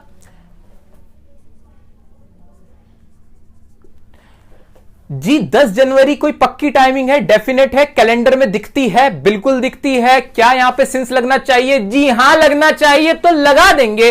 4 हटा देंगे इस कंडीशन में, यहां 4 हटा देंगे, यहां क्या लग जाएगा? फिर सिंस लग जाएगा। तो ये तो इंटरोगेटिव था। अच्छा, डबल इंटरोगेटिव कराने की क्या मुझे जरूरत है इसके अंदर? डबल इंटरोगेटिव पहली बात तो बहुत कम इस्तेमाल होता है, इसका रेयरली इस्तेमाल होता है। स्टिल आपको हम स्ट्रक्चर बता देते हैं, स्ट्रक्चर के अकॉर्डिंग आप एक बार बना के जरूर देख लीजिएगा। स्ट्रक्चर में बहुत बड़ा चेंज है, स्ट्रक्चर में इतना बड़ा चेंज है कि आपकी आंखें फटी रह जाएंगी, आपके कानों में से धुएं निकलने लगेंगे। बहुत बड़ा चेंज। अब देखते हैं क्या होगा। देखिए, जल्दी से देखिए, हैज हैव पूरा रब करते हैं और जल्दी से हम कर लेते हैं। हां, हो गया, हो गया। आप WH फैमिली लगा देंगे और ये स्ट्रक्चर बन जाएगा। ठीक है, थैंक यू। दोस्तों, अब हम बात करने जा रहे हैं पास्ट इंडेफिनिट टेंस की। पास्ट इंडेफिनिट वर्ड सुनते ही दिमाग में क्या आया? ये आया कि काम जो हुआ है उसकी टाइमिंग तो है पास्ट में, यानी बीते हुए कल में, और वो काम कितना हुआ है? वो है इंडेफिनिट, यानी वो डेफिनिट नहीं है, मुझे मालूम नहीं है कि कितना हुआ है। आमतौर पर पास्ट इंडेफिनिट टेंस के अंदर हम वो बातें करते हैं कि जो हमने पास्ट में कोई काम किया उसे हम अब बता देते हैं। ये वाली जो बातें होंगे, ये वाले जो सेंटेंसेस होंगे, वो बनते हैं पास्ट इंडेफिनिट टेंस में। अच्छा, इसके और आगे बात करने से पहले मैं आपको एक बात पे ध्यान दिलाना चाहूंगा कि इसके अंदर जो फॉर्म यूज होती है वो होती है second form of verb. Past indefinite के अंदर फॉर्म ऑफ वर्ब यूज होगी सेकंड। जो हमारी 3 फॉर्म्स ऑफ वर्ब होती है ना, फर्स्ट सेकंड थर्ड, उसमें जो सेकंड होगी वो होगी पास्ट इंडेफिनिट में इस्तेमाल। अच्छा एक बात और, इसको याद कैसे रखोगे? इसको याद रखना ना बहुत ही आसान काम है। वो कैसे कि जो हमारी तीनों फॉर्म हुई उसमें फर्स्ट और थर्ड का तो बहुत जगह इस्तेमाल होता है, लेकिन ये जो सेकंड फॉर्म होती है ना, सेकंड फॉर्म का सिर्फ और सिर्फ इस्तेमाल पूरी इंग्लिश के अंदर सिर्फ पास्ट इंडेफिनिट में होता है। मैं ये कह सकता हूं कि सेकंड फॉर्म बनाई ही गई है इस पास्ट इंडेफिनिट के लिए। तो ये याद रखना बहुत आसान काम है, बहुत स्पेशल टेंस है। अच्छा इसकी बात करते हैं कि इसका इस्तेमाल कितना होता है। पास्ट इंडेफिनिट का बहुत ज्यादा इस्तेमाल होता है। कैसे? क्योंकि हम लोगों की टेंडेंसी होती है, ह्यूमन बींग्स की एक आदत होती है कि हम लोग बात करते हैं पुरानी, पिछली, मैंने ये किया, मैंने वो किया, मैं वहां गया, मैं ये घूमा, ये वो, जितनी भी आप अपनी बातें बताते हो, घटनाएं बताते हो, वो सब किस में बताते हो? आप पास्ट इंडेफिनिट में ही बताते हो। तो इसका इस्तेमाल बहुत ही ज्यादा होता है, तो इसको बहुत अच्छे से पढ़ना है हमें। अच्छा अब एक बात और मेरे दिमाग में आ रही है, वो क्या है? जब मैं इस चार्ट को देखता हूं, यहां तो ये लिखा है कि अगर टेंस इंडेफिनिट हो तो फॉर्म ऑफ वर्ब लगेगी फर्स्ट। आप समझ पा रहे हैं मैं क्या कह रहा हूं? मैं कहना ये चाहता हूं कि हमने तो ये पढ़ा है कि अगर कोई भी टेंस है वो इंडेफिनिट है तो उसके साथ फॉर्म तो लगेगी वर्ब की, मेन वर्ब की फर्स्ट। लेकिन पास्ट इंडेफिनिट में सेकंड फॉर्म कैसे आ गई? इसका जवाब ये है कि सिर्फ यही एक टेंस है, ये ही एक टेंस है जिसके अंदर एक एक्सेप्शन है कि इंडेफिनिट तो है लेकिन फॉर्म लगेगी सेकंड। तो हमने ये पढ़ा कि ये एक एक्सेप्शन है, इस रूल का सिर्फ एक एक्सेप्शन है, वो है ये हमारा क्या? Past indefinite tense. अच्छा एक्सेप्शन याद कैसे होगी? अरे याद करने की जरूरत ही नहीं पड़ेगी, क्योंकि मैंने बोला तो आपसे कि वर्ब की सेकंड फॉर्म सिर्फ और सिर्फ पास्ट इंडेफिनिट में इस्तेमाल की जाएगी। ओके अब आगे बात करते हैं इसकी। पास्ट इंडेफिनिट की हिंदी में कैसे पहचान याद रखोगे? हिंदी में पहचान इसकी होती है कि कोई भी सेंटेंस जब हम हिंदी में बोलते हैं तो उसके आखिर में आवाज आती है आ, ई, ए, ओ, ता था, ती थी, ते थे, इन पे खत्म होता है। ये तो हो गई रटने वाली बात। नॉर्मली मैंने बोला है कि कोई भी आपने घटना बताई कि ऐसा हुआ, मैं वहां गया, मैंने ये किया, मैंने वो किया, मैंने खाना खाया, हम उससे मिले, इस तरह की जो भी घटनाएं होती हैं, इवेंट्स होते हैं जो घट चुके होते हैं पास्ट में, उसको हम बताते हैं पास्ट इंडेफिनिट टेंस में। आइए एग्जांपल्स की मदद से हम इसको और अच्छे से समझते हैं। इसका अफर्मेटिव सबसे पहले देखेंगे। अफर्मेटिव का क्या स्ट्रक्चर होगा? अफर्मेटिव का अब तक आप बनाना जान चुके हो स्ट्रक्चर। सबसे पहले तो सब्जेक्ट ही आएगा, हाँ जी सब्जेक्ट ही आएगा। अच्छा फिर मेन वर्ब की सेकंड फॉर्म, ये भी अब समझ में आ चुका है, हमने पढ़ा है कि पास्ट में सेकंड फॉर्म लगती है। अच्छा इसमें और प्रेजेंट इंडेफिनिट में कुछ सिमिलैरिटी आपको नजर आ रही है? हाँ एक सिमिलैरिटी है, प्रेजेंट इंडेफिनिट के अफर्मेटिव में भी सब्जेक्ट के बाद कोई हेल्पिंग वर्ब नहीं थी। हाँ इसके अंदर भी कोई हेल्पिंग वर्ब नहीं है। तो ये दोनों कहीं ना कहीं कुछ ना कुछ तो इनका रिश्ता जरूर है। टाइम तो अलग है, वक्त तो इनका दूसरा है, लेकिन फिर भी इनके अंदर कुछ ना कुछ सिमिलैरिटी है। बिल्कुल। तो इन दो ही टेंस में ऐसा होता है, प्रेजेंट इंडेफिनिट के अफर्मेटिव में और पास्ट इंडेफिनिट के अफर्मेटिव में, कि सब्जेक्ट के बाद हेल्पिंग वर्ब का इस्तेमाल नहीं होता। तो अच्छा तो क्या मुझे एक और पहचान समझ में आई? हाँ अगर इंग्लिश पढ़ रहा हूं मैं, मान लो मैं एक न्यूज़पेपर पढ़ रहा हूं और मुझे पहचान करनी है कि कौन से टेंस में इसकी हिंदी कैसे बनाऊं, तो उसका एक और तरीका भी निकल के आया मेरे पास। क्या? कि सब्जेक्ट हो कोई और उसके फौरन बाद, जस्ट उसके बाद में क्या हो, वर्ब की सेकंड फॉर्म हो, तो मैं समझ जाऊंगा कि इसकी हिंदी जो भी बनेगी वो पास्ट इंडेफिनिट की बनेगी, यानी उसके आखिर में आ, ई, ए, ओ, ता था, ती थी, इस तरह की आवाज निकलेगी। वो काम ऐसे होगा। तो ये मैंने आपको बताई न्यूज़पेपर या क्वेश्चंस में इंग्लिश से हिंदी कैसे बना सकते हो, उसकी ये ट्रिक थी। तो नोट कर लेना। वीडियो अगर अच्छी लग रही है तो लाइक जरूर करना दोस्तों, ठीक है। अब आगे देखेंगे, लास्ट में आ जाएगा ऑब्जेक्ट, ठीक है। तो ये तो अफर्मेटिव का स्ट्रक्चर था। अब इसके सेंटेंस की बात कर लेते हैं। सेंटेंस है वह आया, हम उससे मिले, पास्ट की बात है, हम उससे मिले, मुझे मेरे पापा ने बुलाया, मेरे पापा ने मुझे बुलाया। अच्छा अब वही पहचान जो हिंदी की रटने वाली बात ये हुई, हिंदी की ये कि देखो ये आया, आ की आवाज आई, उससे मिले, ए की आवाज आई, मुझे मेरे पापा ने बुलाया, इसमें भी आ की आवाज आई। या कोई सेंटेंस हो सकता है कि मैं आपसे मिलना चाहता था, तो उसमें ता था आवाज आ जाती, ठीक है। हम आपसे कहना चाहते थे, ते थे आवाज आ जाती। तो ये ता था, ये सब रटने वाली बात है। अगर आपको अभी इनिशियल स्टेज में दिक्कत आ रही है तो इस रटने वाली टेक्निक को भी आप अपना सकते हो। वैसे तो मुझे समझ में आ रहा है कि पास्ट की बात हो रही है। अगर यहां पर है हो जाता, अगर यहां पे हूं हो जाता या है हो जाता, अगर कोई ऐसा होता जिसको जो प्रेजेंट की पहचान होता, क्योंकि है, हूं, है, हो, ये तो प्रेजेंट की बात करते हैं, चलते हुए वक्त की बात करते हैं, प्रेजेंट टाइम में हम हैं। लेकिन यहां पर अगर ये ना हो तो ये पास्ट इंडेफिनिट होगा, पास्ट की बात होगी।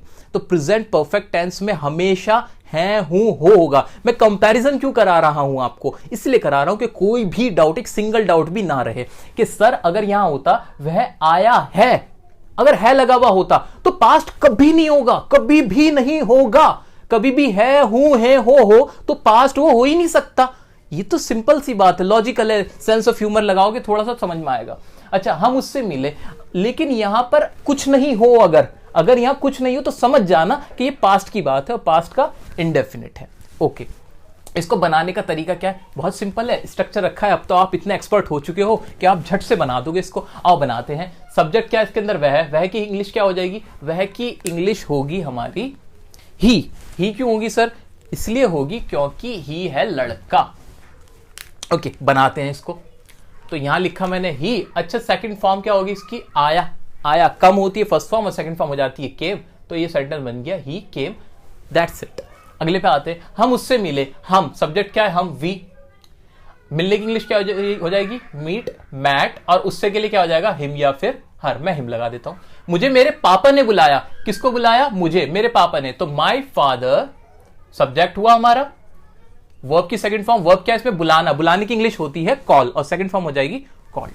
माय फादर, और ये लिख दिया मैंने, कॉल्ड मी। कोई भी सेंटेंस आ जाए। अब ये पॉसिबल नहीं है कि मैं आपको 50 सेंटेंस यहां पे कराऊं, लेकिन यही एक यूनिवर्सल रूल है। कोई घबराने वाली बात नहीं, बिल्कुल कॉन्फिडेंस के साथ कोई भी सेंटेंस आ जाए इसी तरह बनाना, स्ट्रक्चर अप्लाई करो, सब्जेक्ट रखो, वर्ब की साइड में, और बाकी चीजें जो भी आ जाए, जितना ही बड़ा सेंटेंस है वो लास्ट में रख दो। अब आ जाते हैं इसके नेगेटिव पे। अच्छा, नेगेटिव में क्या हो सकता है?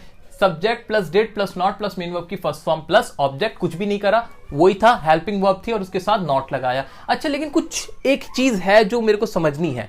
वो चीज क्या है कि सर एक बात बताओ, यहां पे ये मेन वर्ब की फर्स्ट फॉर्म कैसे? आपने तो बोला था सेकंड फॉर्म इस्तेमाल होती है। हाँ, बोला तो था सेकंड फॉर्म इस्तेमाल होती है, लेकिन अब सुनो इसका आंसर। ये जो डिड लगा है, ये किसकी सेकंड फॉर्म है? आप बताओ। ये तो डू की सेकंड फॉर्म है। आप जब भी वोकैब खोलोगे, फॉर्म्स ऑफ वर्ब में जाके देखोगे तो डू, डिड, डन होता है। यानी डिड क्या हुआ? ये हो गई सेकंड फॉर्म। आ गई ना सेकंड फॉर्म? आ गई सेकंड फॉर्म, क्योंकि यहां पे हमने कहा कि सेकंड फॉर्म इस्तेमाल होती है, और हां होती है। देखो प्रूफ, ये रही सेकंड फॉर्म। तो अब जब एक बार सेकंड फॉर्म लगा दी तो मेन वर्ब में सेकंड फॉर्म बार बार क्यों लगाओगे? टेंस के रूल्स पढ़ क्यों रहे हैं? पढ़ इसलिए रहे हैं ताकि हमें पहचान हो जाए कि कोई बात कैसे हो रही है, कोई काम कितना हुआ, इसलिए तो पढ़ रहे हैं। इसलिए तो नहीं पढ़ रहे हैं ना बार बार पहचान लगाते चले जाओगे। एक बार एक पहचान लगा दी, पहचान ये थी कि सेकंड फॉर्म थी, वो लग चुकी, अब बार बार लगाने की कोई जरूरत नहीं है। इस टेंस के पीछे ये जो पास्ट इंडेफिनिट है, एक आपको मजे की बात बताता हूं, अगर आप गूगल करना चाहो कर सकते हो। हुआ ये था कि हमारे मशहूर एक राइटर है, राइटर का नाम है चेतन भगत, जिन्होंने हाफ गर्लफ्रेंड मूवी की जो नॉवल है वो उन्होंने लिखा है, और भी कई सारे नॉवल उन्होंने लिखे हैं। उनसे गलती से एक मिस्टेक हुई थी ट्विटर पे। उन्होंने क्या किया था, उन्होंने ये जो डिड था, डिड लगाने के बाद यहां मेन वर्ब की सेकंड फॉर्म लगा दी थी, और उसके पीछे लोगों ने खामखामे ट्रोल करना शुरू कर दिया था, जो कि कोई भी साधारण सा व्यक्ति कर सकता है गलती, कोई ऐसी बात नहीं थी। लेकिन एक बात बता रहा हूं मैं कि यहां सबसे ज्यादा गलती होती है, आप भी करोगे, लेकिन अब वीडियो देखने के बाद मत करना। यहां पर सेकंड फॉर्म बिल्कुल नहीं आएगी, यहां लग चुकी है एक बार सेकंड फॉर्म, दोबारा नहीं आएगी। ठीक है, तो यहां बड़े बड़े लोग गलती कर सकते हैं, तो आपको यह बात दिमाग में रखनी है, आप भी बड़े लोग हो, आप गलती मत करना। आते हैं इसके कुछ एग्जाम्पल्स की तरफ। मैंने झूठ नहीं बोला, कोई बात नहीं है, सारा वही कुछ है। लास्ट की पहचान देखो, मैंने झूठ नहीं बोला, आखिर में आवाज आई आ की। पास्ट में कोई काम हुआ था झूठ बोलने का, आपने कहा वो काम मैंने नहीं किया, तो लिखो आई, इसको हम लिखेंगे आई, और फिर डिड नॉट आ जाएगा, सबके साथ डिड आएगा, टेंशन खत्म हो जाती है। यहां पे कोई और दूसरा अल्टरनेटिव है ही नहीं। आई डिड नॉट, और फिर क्या आएगा? झूठ बोलने की इंग्लिश होती है tell a lie. I did not tell a lie. उसने फिल्म नहीं देखी, पास्ट में कोई फिल्म देखने का काम था जो उसने नहीं किया, तो लिखो उसने फिल्म नहीं देखी, आखिर में ई की आवाज आ रही है। ही, ये शी भी लगा सकते थे यहां पे, ही डिड नॉट, और फिल्म देखने को बोलेंगे वॉच द फिल्म। ओके, आगे बढ़ते हैं। मिस्टर दीपक ने हमें नहीं पढ़ाया। सेंटेंस कुछ भी हो जाए, कोई सा भी आ जाए, हमें क्या दिक्कत है? कोई नाम आ जाए, दीपक आ जाए, रमेश आ जाए, सुरेश आ जाए, रवि आ जाए, हमें कोई मतलब नहीं है। वर्ब कोई सी भी आ जाए, खाना पीना, हंसना रोना नहाना, कुछ भी, हमें क्या मतलब है? स्ट्रक्चर पढ़ना है, पहचान देखनी, लगा देना, इंग्लिश बना दो, बन जाओ एक्सपर्ट। आओ, मिस्टर दीपक ने हमें नहीं पढ़ाया, तो मिस्टर दीपक सब्जेक्ट है, लगाओ। फिर वर्ब क्या आएगी? डिड नॉट, और पढ़ाना टीच, और किसको नहीं पढ़ाया? हमें, us. Mister Deepak did not teach us. अच्छा, कुछ एग्जांपल्स और समझ लो वर्बली, अफर्मेटिव के और नेगेटिव के। जैसे एग्जांपल क्या हो सकता है? मैं गया, तो इंग्लिश क्या बन जाएगी? I went. तुम आए, यू केम। ठीक है, हमने उसे बुलाया, वी कॉल्ड हिम। उसने कहा, ही सेड। मैंने उससे पूछा, आई आस्क्ड हिम। मैं घर वापस आया, आई रिटर्न्ड एट होम। तुमने क्या कहा? व्हाट डिड यू से? हमने पूछा, वी आस्क्ड। कुछ भी, हमने खाना नहीं खाया, we did not eat the food. मैंने क्रिकेट नहीं खेला, we did not play the cricket. तो कुछ भी बना सकते हो वर्बली। अब कितने बोल सकते हो, लिखने में कितने ही लिख सकते हो। आगे बढ़ते हैं इंटरोगेटिव की तरफ। इंटरोगेटिव में क्या पढ़ रखा है हमने? कुछ भी नहीं। सबसे पहले क्या आ जाएगी? हेल्पिंग वर्ब आ गई। हेल्पिंग वर्ब इसकी डिड थी, डिड आ गई। सब्जेक्ट आना ही था। मेन वर्ब की फिर से फर्स्ट फॉर्म आएगी क्या? बिल्कुल आएगी, डिड आ गई ना। सेकंड फॉर्म पास्ट इंडेफिनिट हो गया, और ऑब्जेक्ट आ जाएगा, मार्क ऑफ इंटरोगेशन आएगा। क्या तुमने यूट्यूब पर वीडियो देखी? देखो, कुछ डिफरेंट सा एग्जांपल ले लिया। इसको बनाने में दिक्कत है? कोई दिक्कत नहीं, बनाते हैं ना। क्या तुमने यूट्यूब पर वीडियो देखी, लास्ट में ई की आवाज आई? ई की आवाज आई, पास्ट में देखने की बात हुई थी। ठीक है, बना दो इसको डिड, फिर लिखो सब्जेक्ट, उसके बाद रखनी मेन वर्ब की फर्स्ट फॉर्म। देखने को क्या बोलते हैं? वॉच, और फिर क्या? Video. Did you watch the video on YouTube? On YouTube, mark of interrogation. ये बन गया did you watch the video on YouTube. Okay, क्या उसने पढ़ाई की? क्या उसने पढ़ाई की? अच्छा, नॉर्मल इंटरोगेटिव सेंटेंस है, इनका आंसर यस या नो ही वाला होता है। आपने पहले पढ़ रखा है इस चीज को। क्या उसने पढ़ाई की? डिड, फिर से डिड आ जाएगा, ही या शी आ जाएगा, डिड ही स्टडी। बस बात खत्म हो गई। क्या तुमने लिखा? Did you right. अच्छा, इसके आगे कुछ भी होता, ऐसा होता कि क्या तुमने ब्लैक बोर्ड पे लिखा, तो क्या लिखते? इसकी इंग्लिश क्या बन जाती? Did you right on black board. क्या तुमने क्लास में लिखा? Did you right in the class. कुछ भी, आगे कुछ भी हो जाए, हमें कोई मतलब नहीं, आपको इतना सही करना है। तो ये हमने देखा अफर्मेटिव, नेगेटिव और इंटरोगेटिव। ठीक है, अब बचता है एक डबल इंटरोगेटिव। डबल इंटरोगेटिव का आपके लिए होमवर्क है, स्ट्रक्चर बना के दिखाना क्या हो सकता है, और वही कान से धुएं निकल जाएंगे और आपकी बिल्कुल हवा खराब होने वाली है, क्योंकि बहुत ही मुश्किल होता है डबल इंटरोगेटिव। जी हाँ, बहुत मुश्किल। क्या होता है? कुछ नहीं होता जी, डिड से पहले क्या लग जाएगी? WH, family. और एग्जांपल क्या हो जा सकते हैं? तुमने मुझे क्यों बुलाया? Why did you call me? तुमने उससे क्या कहा? पास्ट में क्या कहा? What did you say to him? तुमने उससे क्या पूछा? What did you ask him? तुम वहां क्यों गए? Why did you go there? ठीक है, तो ये सेंटेंसेस आप WH फैमिली के बना सकते हो। प्रैक्टिस के लिए 50 सेंटेंस बनाओ, 100 सेंटेंस बनाओ, लेकिन एक बार आज ये वीडियो देखने के बाद बना जरूर लेना, और इस पे कमांड हासिल करना। पास्ट इंडेफिनिट बहुत ज्यादा इस्तेमाल होने वाला है। कभी भी अपनी कोई स्टोरी बताओगे, कुछ भी बताओगे, इंटरव्यू में बैठे हो, कहीं कुछ लिख रहे हो, ये इस्तेमाल बहुत होना है। तो ये हमने आज देखा, बड़े अच्छे से समझ लिया है। अब आगे बढ़ते हैं हम अपने पास्ट कंटिन्यूअस की तरफ। दोस्तों, अब हम पहुंच चुके हैं पास्ट कंटिन्यूअस टेंस पे। पास्ट कंटिन्यूअस टेंस पे जब हम पहुंच गए हैं ना, तो यानी हमने अपना काम बहुत आसान कर लिया है। अब आपको टेंसेस समझने के लिए सिर्फ प्रेजेंट टेंस को समझने की जरूरत होती है। जिसने प्रेजेंट टेंस अच्छे से पढ़ लिए हैं, वो सारे टेंस फिर कर लेगा, क्योंकि उसको एक सोच आ जाती है टेंसेस की, और ये काम हम और आप आज कर चुके हैं इस वीडियो के अंदर। तो अब यहां पर देखते हैं कैसे हम एक जादू करेंगे और ट्रिक के साथ इसको समझेंगे। बिल्कुल जादू सही तो है। पास्ट कंटिन्यूअस टेंस, अब पढ़ना कौन सा है? Past continuous. और पढ़ कौन सा चुके हैं हम पढ़ चुके हैं प्रेजेंट कंटिन्यूअस टेंस। ये हमने पढ़ लिया है। ठीक है, अब इसमें और इसमें मुझे फर्क बताओ आप। इसमें और इसमें डिफरेंस मुझे दिख रहा है। कंटिन्यूअस तो कंटिन्यूअस है, टेंस तो टेंस है, पास्ट प्रेजेंट। सिर्फ फर्क किस चीज का है? टाइम का। हाँ, सिर्फ इसका और इसका फर्क है, बाकी तो टेंस सेम हो गया। अच्छा, मैं हिंदी में कुछ समझू इसको। प्रेजेंट कंटिन्यूअस में हमने क्या पढ़ा था? प्रेजेंट कंटिन्यूअस में कोई काम प्रेजेंट में चल रहा होता था, दिल की धड़कन थी, ये बात थी। ठीक है जी। कैसे सेंटेंस होते थे? मैं जा रहा हूं, तुम आ रहे हो, मैं जा रहा था, तुम आ रहे थे। यही तो करना है। हाँ, यही करना है, बिल्कुल यही करना है, क्योंकि सिर्फ टाइम बदलना है। टाइम बदलना है, हिंदी में भी टाइम बदल जाएगा और उसकी इंग्लिश बनाने में भी टाइम बदल जाएगा। अच्छा, हिंदी में बदलने के लिए मैंने मैं जा रहा हूं को मैं जा रहा था से बदल दिया, यानी था रिप्लेस कर दिया हूं से, था रिप्लेस कर दिया हूं से। इंग्लिश में क्या करूं? क्या करूं? टाइम बताने के लिए, पहचान करने के लिए हेल्पिंग वर्ब का इस्तेमाल होता है कि नहीं? हाँ, इसकी हेल्पिंग वर्ब क्या होती है? प्रेजेंट कंटिन्यूअस की हेल्पिंग वर्ब होती थी इज, एम, आर। वैसे मैं लिखने में तो खामखा अपना टाइम खराब कर रहा हूं, यहां लिखा तो है ये ना, ये कंटिन्यूअस के लिए तो थी, कंटिन्यूअस की प्रेजेंट के लिए इज, एम, आर थी। पास्ट के कंटिन्यूअस के लिए क्या होती है? क्या होनी चाहिए, बल्कि was वर होनी चाहिए। बिल्कुल, तो मैं कह सकता हूं इसकी हेल्पिंग वर्ब क्या हो जाएगी, was वर। अच्छा, कोई और चेंज करना है, वर्ब की फॉर्म में चेंज करना है? बिल्कुल नहीं। कंटिन्यूअस के लिए मेन वर्ब की फर्स्ट फॉर्म प्लस आईएनजी।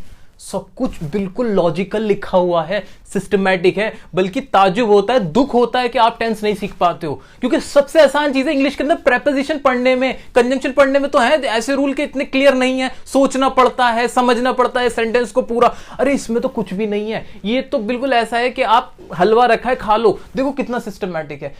कुछ नहीं किया, अफर्मेटिव में बनाने की कुछ जरूरत है? बिल्कुल बच्चों वाली बात हो गई है। अब आप एक्सपर्ट हो, जीनियस बन चुके हो, करो इसको, आओ अफर्मेटिव बनाओ मेरे साथ। सब्जेक्ट रखेंगे, हेल्पिंग वर्ब, प्रेजेंट कंटिन्यूअस का सोचते हुए करो जरा। प्रेजेंट कंटिन्यूअस में क्या होता था, subject is am are, main verb की first form plus ING plus object, ये होता था। क्या बदल दूं, हेल्पिंग वर्ब भी तो चेंज करनी है, सिर्फ वही किया है मैंने कुछ नहीं किया, यहां सिर्फ वही किया है। बिल्कुल, हाँ, सब्जेक्ट रखा, वॉज वर लगा दिया। अच्छा, वॉज किसके साथ, वर किसके साथ? वही पुराना रूल है हमारा, वॉज आएगा सिंगुलर्स के साथ, वर आएगा प्लूरल्स के साथ, लेकिन आई के साथ भी आपको वॉज लगाना है। ये एक्सेप्शन याद रख लेना, क्या आई के साथ लगेगा वॉज, ठीक है, बस ये याद रखना है। बाकी सब सेंटेंस सेम है। नेगेटिव में क्या होगा, नेगेटिव में भी कुछ नहीं, इज एम आर हटाओ, वॉज वर लगाओ। इंटरोगेटिव में इज एम आर हटाओ, वॉज वर लगाओ। डबल इंटरोगेटिव में इज एम आर हटाओ, वॉज वर लगाओ। अब एग्जाम्पल समझते हैं। अफर्मेटिव क्या हो सकता है, मैं जा रहा था, आई वॉज गोइंग। मैं पढ़ रहा था, आई वॉज स्टडिंग। पास्ट में कोई काम चल रहा था, उसको बता रहे हो आप। प्रेजेंट में कोई काम चल रहा है, हम समझ चुके हैं। अब पास्ट में कोई काम चल रहा था, उसे हम समझ रहे हैं। मैं आपसे बातें कर रहा था, I was talking to you. मैं फिल्म देख रहा था, I was watching the film. वह आना चाह रही थी, she was trying to come. यहां सेंस पे गया है, वॉन्टिंग नहीं लगता, ट्राइंग लगा दिया मैंने। तुम खेल रहे थे, यू वर प्लेइंग। हम क्या कर रहे थे, वॉट वर वी डूइंग। तो अफर्मेटिव के थे, एक इंट्रोगेटिव का भी एग्जांपल दिया। अब तरीके से चलते हैं, थोड़ा सा नेगेटिव के एग्जांपल्स लेते हैं। मैं झूठ नहीं बोल रहा था, I was not telling a lie. मैं इंग्लिश नहीं बोल रहा था, I was not speaking English. मैं तुमसे नहीं मिल रहा था, I was not meeting you. वह खाना नहीं खा रही थी, she was not eating the food. वह दिवाली नहीं मना रहा था, he was not celebrating Diwali. कुछ भी बना सकते हो, सिर्फ और सिर्फ खेल है, खेल जितना खेलना चाहो आप खेल सकते हो। आओ इंट्रोगेटिव पे। इंट्रोगेटिव वही शुरू में क्या आ जाएगा, नॉर्मल इंट्रोगेटिव है। क्या तुम यहां आ रहे थे, वर यू कमिंग हियर। क्या तुम टीवी देख रहे थे, were you watching the television. क्या तुम मुझे बुला रहे थे, वर यू कॉलिंग मी। क्या तुम क्रिकेट खेल रहे थे, वर यू प्लेइंग क्रिकेट। कुछ भी बना सकते हो आप। आपके पास हथियार है, आपको मैंने एक आमरी दे दी है, अब आप उसको यूज करना, ये आपके ऊपर है कि आप उसको कैसे यूज कर सकते हो। डबल इंटरोगेटिव में क्या हो जाए, डबल एच फैमिली लग जाएगा। तुम यहां क्यों आ रहे थे, why were you coming here. तुम क्या पढ़ रहे थे, वॉट वर यू स्टडिंग। तुम क्या देख रहे थे, वॉट वर यू वॉचिंग। तुम किससे मिल रहे थे, होम वर यू मीटिंग। तो ये तो थे कुछ एग्जाम्पल्स। जितने एग्जाम्पल आप बनाना चाहो, बिल्कुल कोई भी गलती नहीं होने वाली है, क्योंकि सब कुछ क्लियर है, सब कुछ आपके हाथ में, स्ट्रक्चर आपने बनाए हैं, ये कहीं से उठ के नहीं आए, आपने खुद बनाए हैं, बहुत इजी है। दोस्तों, अब बारी आई है पास्ट परफेक्ट टेंस की। पास्ट परफेक्ट टेंस क्या होता है, इसके नाम से समझ में आता है कि काम तो हुआ पास्ट में, और वो काम कैसा है, परफेक्ट है। यानी पास्ट में कोई काम जब पूरा हो चुका था, उसको हम बताते हैं, तो हम बोलेंगे वो कौन सा टेंस होगा, पास्ट परफेक्ट टेंस होगा। अच्छा सर, ये क्या मतलब हुआ, इसका मतलब ये हुआ कि जैसे मैंने आपसे कहा कि मैं क्रिकेट खेल चुका था, मैं आपसे मिल चुका था, हम वहां जा चुके थे, हम इंग्लिश सीख चुके थे। तो इस तरह के सेंटेंस मैंने इसमें ये कहने की कोशिश की है कि हमने पास्ट में वो सारे काम कर लिए थे, पूरे हो चुके थे। अच्छा, पास्ट इंडेफिनिट और पास्ट परफेक्ट दोनों में फर्क क्या है, आप फर्क ढूंढते हैं। पास्ट इंडेफिनिट का एक सेंटेंस है, मैंने बोला मैं गया। पास्ट परफेक्ट का सेंटेंस है, मैं जा चुका था। दोनों में अंतर करने की कोशिश करें आप।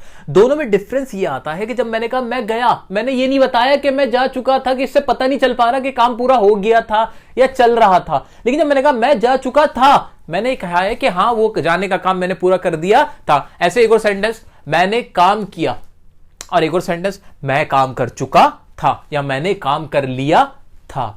तो यही डिफरेंस है कि जब हम कोई काम जो पास्ट में है उसे दिखाते कि वो पूरा हो गया था, तब तो लगाएंगे पास्ट परफेक्ट। और अगर कोई काम है जिसके बारे में पता ही नहीं होता, वो होता है हमारा पास्ट इंडेफिनिट। अच्छा, इसकी आपको क्या समझने की जरूरत है? इसकी आत्मा को समझो पास्ट परफेक्ट टेंस की, कि इसके अंदर जताया जाएगा, जताया ये जाएगा कि वो काम पास्ट में पूरा कर दिया गया था, पास्ट में पूरा हो गया था, पूरे होने पे फोकस होगा। आप सेंटेंस समझते ही पहचान जाओगे।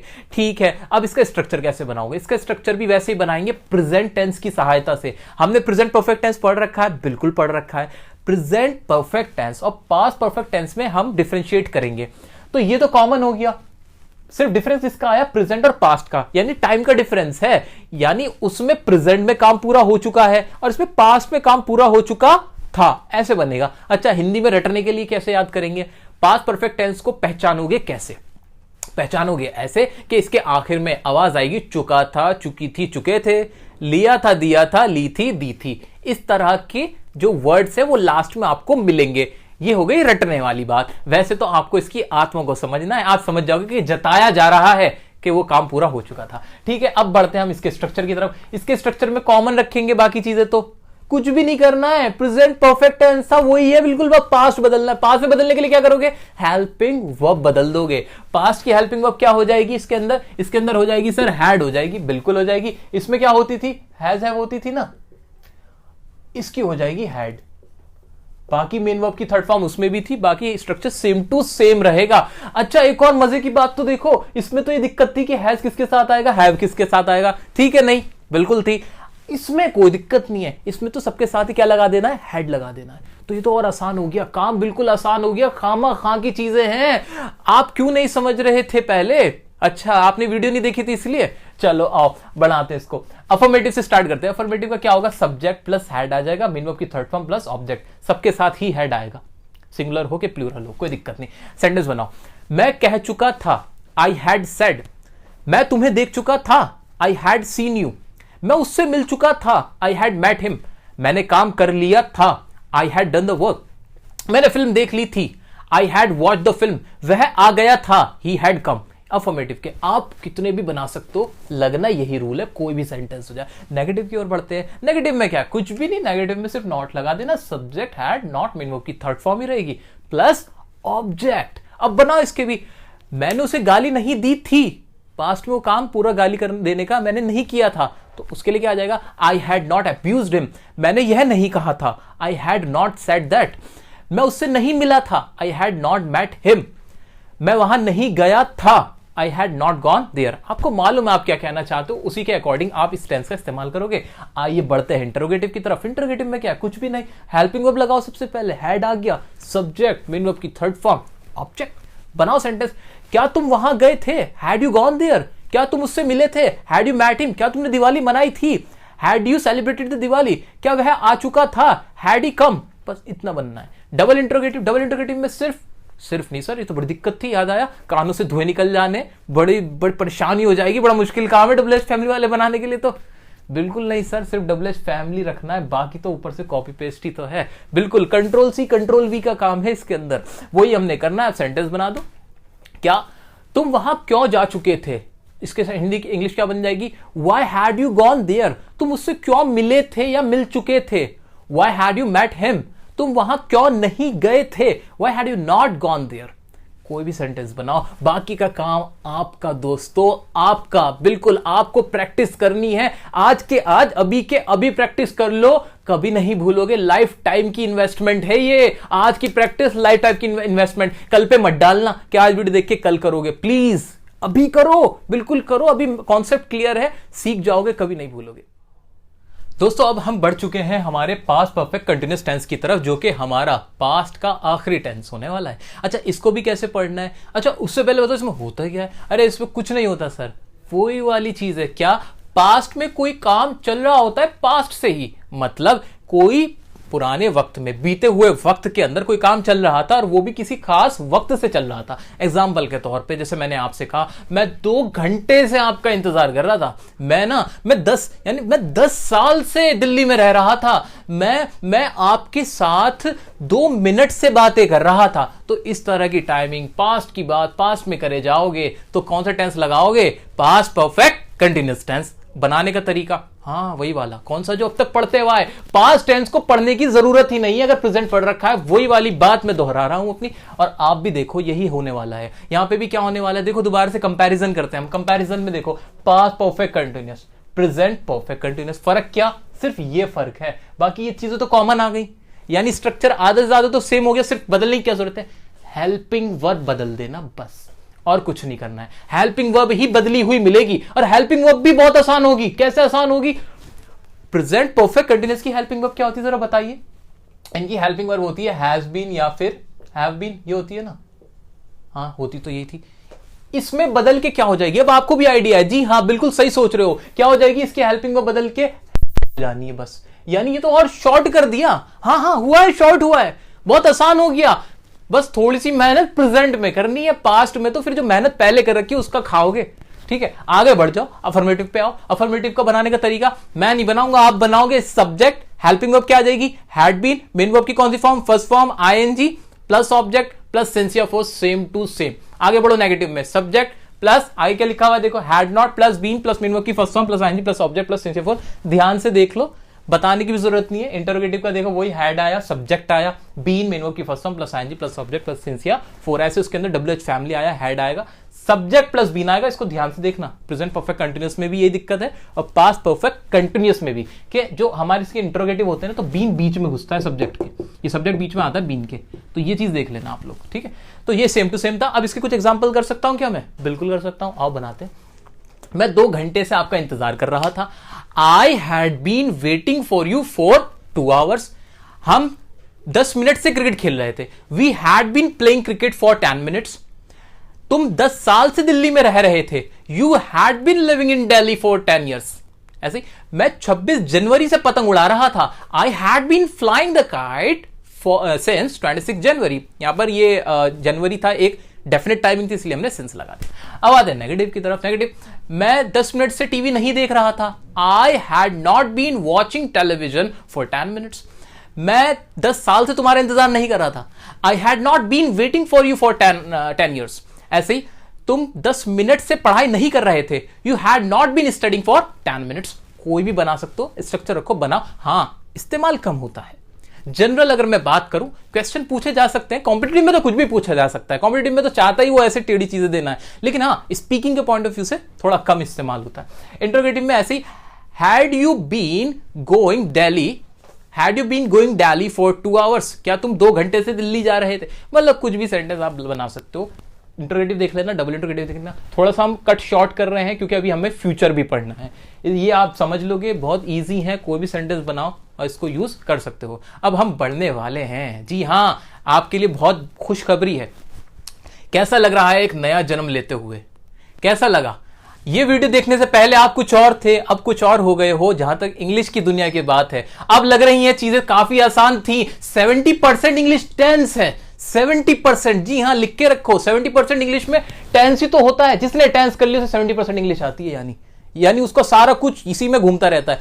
तो आपको एक नया जन्म मिला है, तो आपको खुशी होनी चाहिए। मेरी तरफ से बहुत बहुत बधाई। अब हम बात करने वाले हैं आपके फ्यूचर की, जी हाँ, आपके फ्यूचर टेंस की बात करने वाले हैं।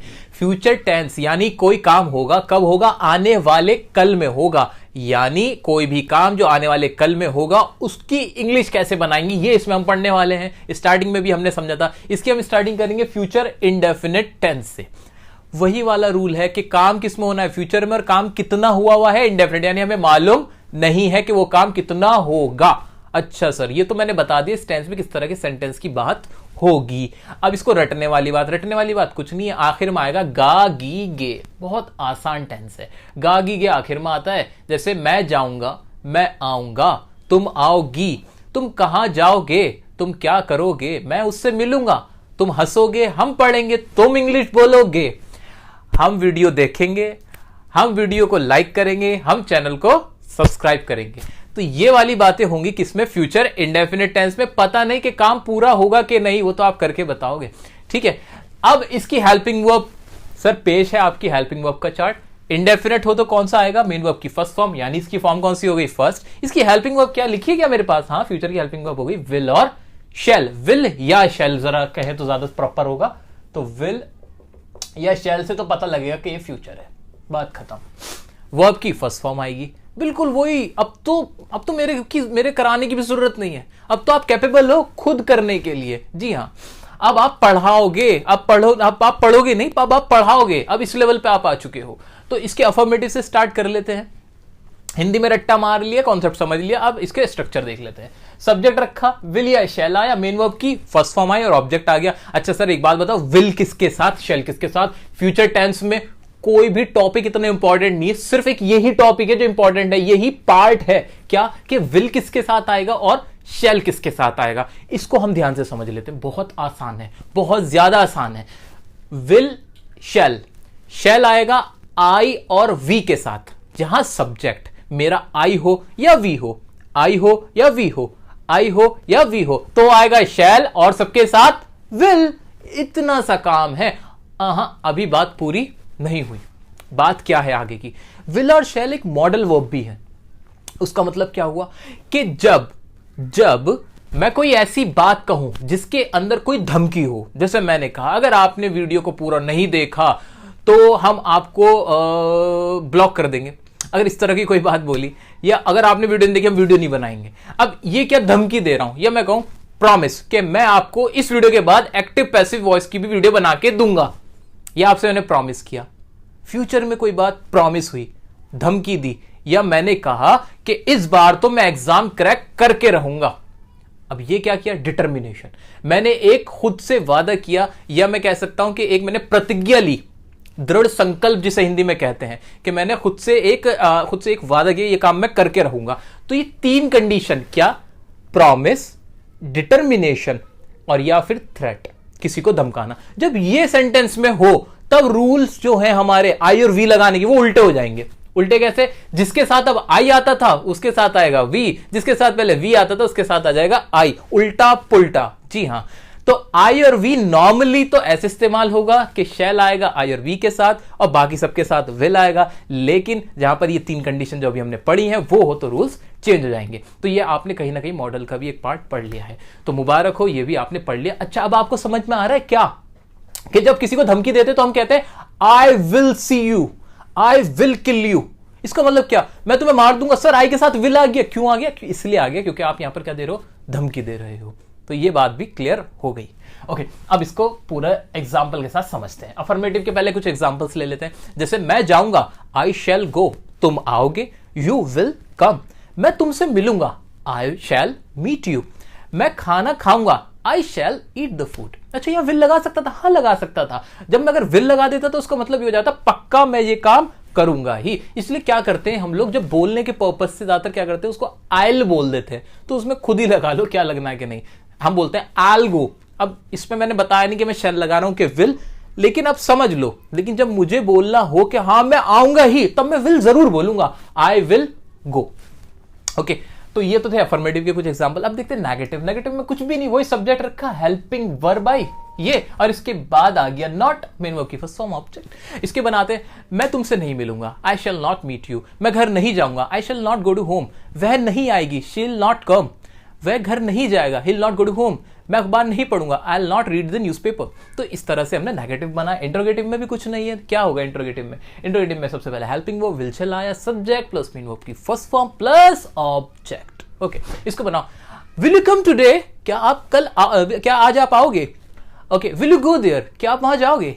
विल यू सी मी, क्या आप मुझे देखोगे?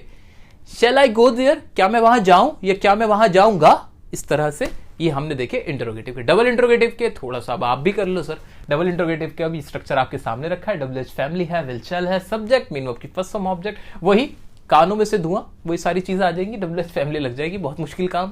तो ये हमने पहले भी देख रखा है, ये चीजें हमें प्रॉपर पता है कैसे इसका स्ट्रक्चर बना है। सेंटेंस आप बना सकते हो, चलो हेल्प कर ही देता हूं। अब आप कह सकते हो जैसे why will you go there, आप वहां क्यों जाओगे? व्हेन शैल आई कम, मैं यहां कब आऊंगा?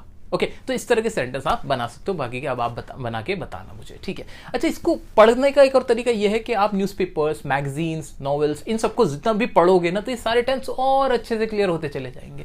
अब आगे बढ़ देते हैं हम फ्यूचर कंटिन्यूअस टेंस पे। अब हमने पूरा पढ़ लिया है। अब मैं आपसे उम्मीद कर रहा हूं कि आपको, आपका जो ये नया जन्म हुआ है, आपने पुनर्जन्म लिया है, तो अब आप इस लायक हो गए हो कि आप ये चीजें अच्छे से समझ पा रहे हो। तो फ्यूचर कंटिन्यूअस टेंस, अब इसमें क्या होता है, कोई कुछ नहीं, काम फ्यूचर में होना है, आने वाले कल में होना, और वो चलता हुआ रहेगा।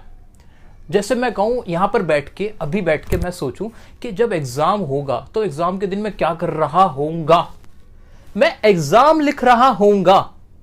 दिवाली के दिन तुम क्या कर रहे होंगे, दिवाली के दिन तुम क्या कर रहे होंगे, दिवाली के दिन मैं पटाखे जला रहा होऊंगा। ठीक है, ऐसे टीचर क्लास में क्या कर रहा होगा बताना जरा, टीचर क्लास में पढ़ा रहा होगा, रहा होगा, रहा होगा, रही होगी, रहे होंगे। अच्छा, रटने वाली बात समझ में आई, और अच्छा इसकी आत्मा को छुओ, इसकी आत्मा को समझो, महसूस करो, तो समझ में आया फ्यूचर में कोई काम चल रहा होगा। अच्छा सर, जब कोई भी काम चल रहा होता है तो वर्ब की कौन सी फॉर्म आती है? जी हां, हमें पता है, धक धक दिल। यस, मेन वर्ब की फर्स्ट फॉर्म प्लस आईएनजी। ठीक है, तो धक धक करने लगा, मेन वर्ब की फर्स्ट फॉर्म आईएनजी इसमें आने लगा। ओके, तो लग जाएगी मेन वर्ब की फर्स्ट फॉर्म की आईएनजी, लग जाएगी ना, लॉजिकल है कि नहीं? बिल्कुल है। अच्छा, हेल्पिंग वर्ब क्या रहेगी? विल शैल ही रहेगी, कोई दिक्कत नहीं, बस एक चेंज है इसमें, आप गौर करो, रहा होऊंगा, होना एक वर्ड आ रहा है, मैं क्रिकेट खेल रहा होऊंगा, तुम आ रहे होंगे, तो एक होना वर्ड आ रहा है कहीं ना कहीं, इसके लिए हम बी और लगा देते हैं इसके साथ, ये बी जरूर चलेगा। वह टीवी देख रहा होगा, ठीक है, तो ये बी सबके साथ लगेगा, इसका ख्याल करना है, बाकी का स्ट्रक्चर सब में सेम होगा। अफर्मेटिव से हम करते हैं इसको स्टार्ट। अफर्मेटिव का सब्जेक्ट रखेंगे, हेल्पिंग वर्ब आएगी, शैल विल, बी लगेगा, शैल बी हो जाएगा, विल बी हो जाएगा, मेन वर्ब की फर्स्ट फॉर्म प्लस आईएनजी हमारी है, और आखिर में आ जाएगा ऑब्जेक्ट। सेंटेंस बनाओ सर, मैं आ रहा होऊंगा, तो आई शैल बी कमिंग, तुम लिख रहे होंगे, यू विल बी राइटिंग, तुम मुझे देख रहे होंगे, यू विल बी वॉचिंग मी।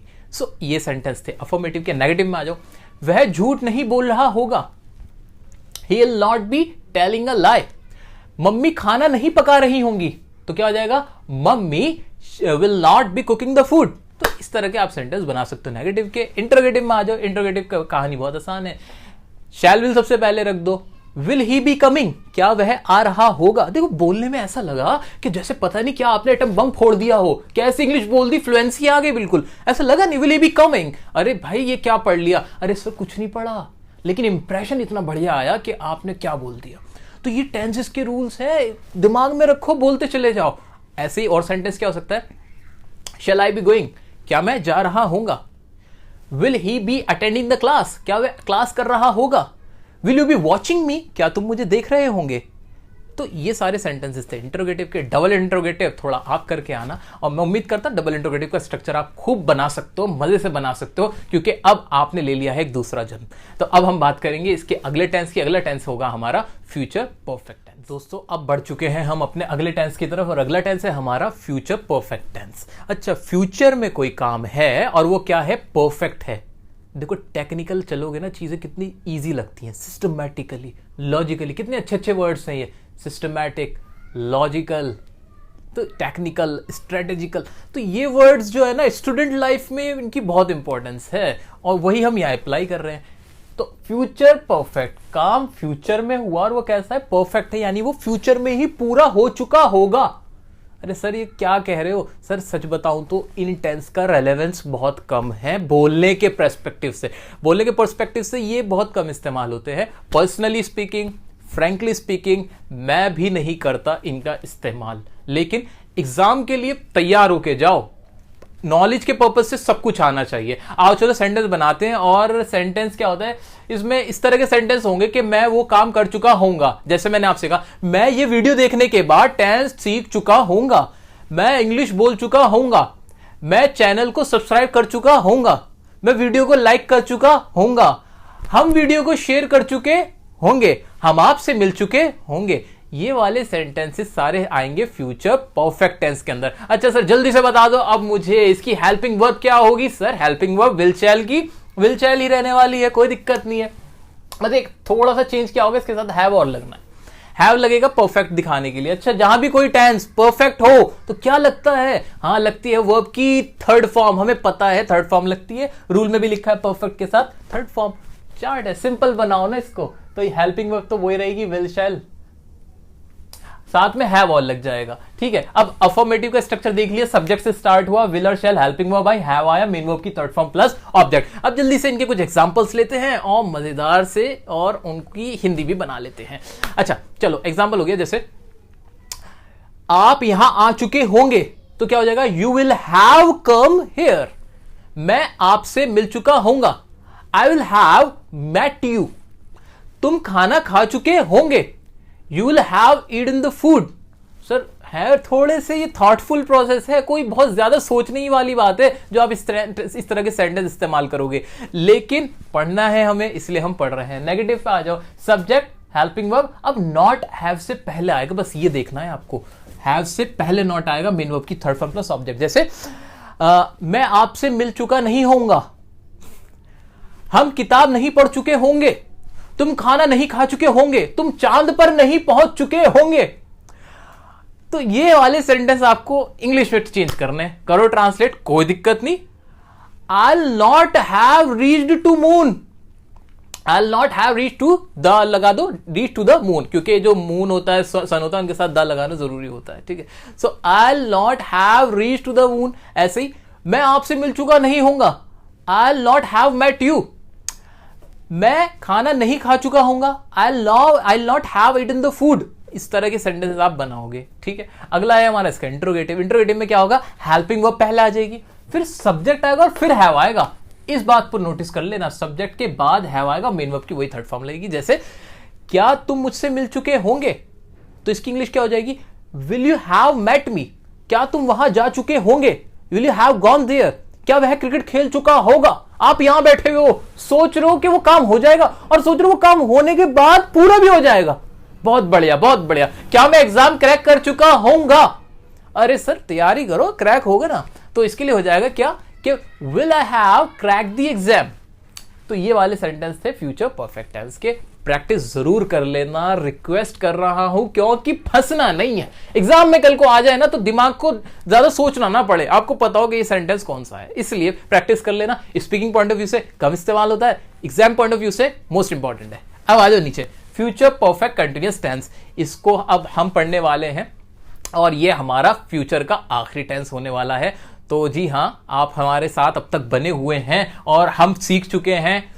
अब आखिरी टेंस को सीखना बाकी है, फ्यूचर परफेक्ट कंटिन्यूअस। इसमें क्या होगा, कुछ नहीं होगा। फ्यूचर में कोई काम होना है, आने वाले कल में कोई काम होना है, और उस काम, वो काम जो होगा ना, किसी खास टाइम से चल रहा होगा।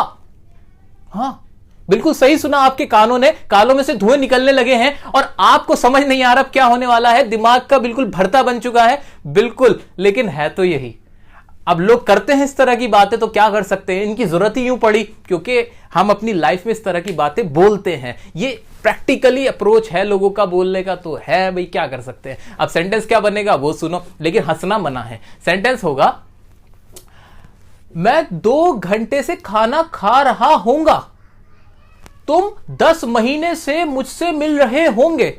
ये सेंटेंस होंगे। बिल्कुल, तुम 6 महीने से तैयारी कर रहे होंगे, वह 10 मिनट से खाना पका रही होगी, वो 5 घंटे से तुम्हें गाली दे रहा होगा, तुम 10 मिनट से उसके साथ बैठे हुए होंगे।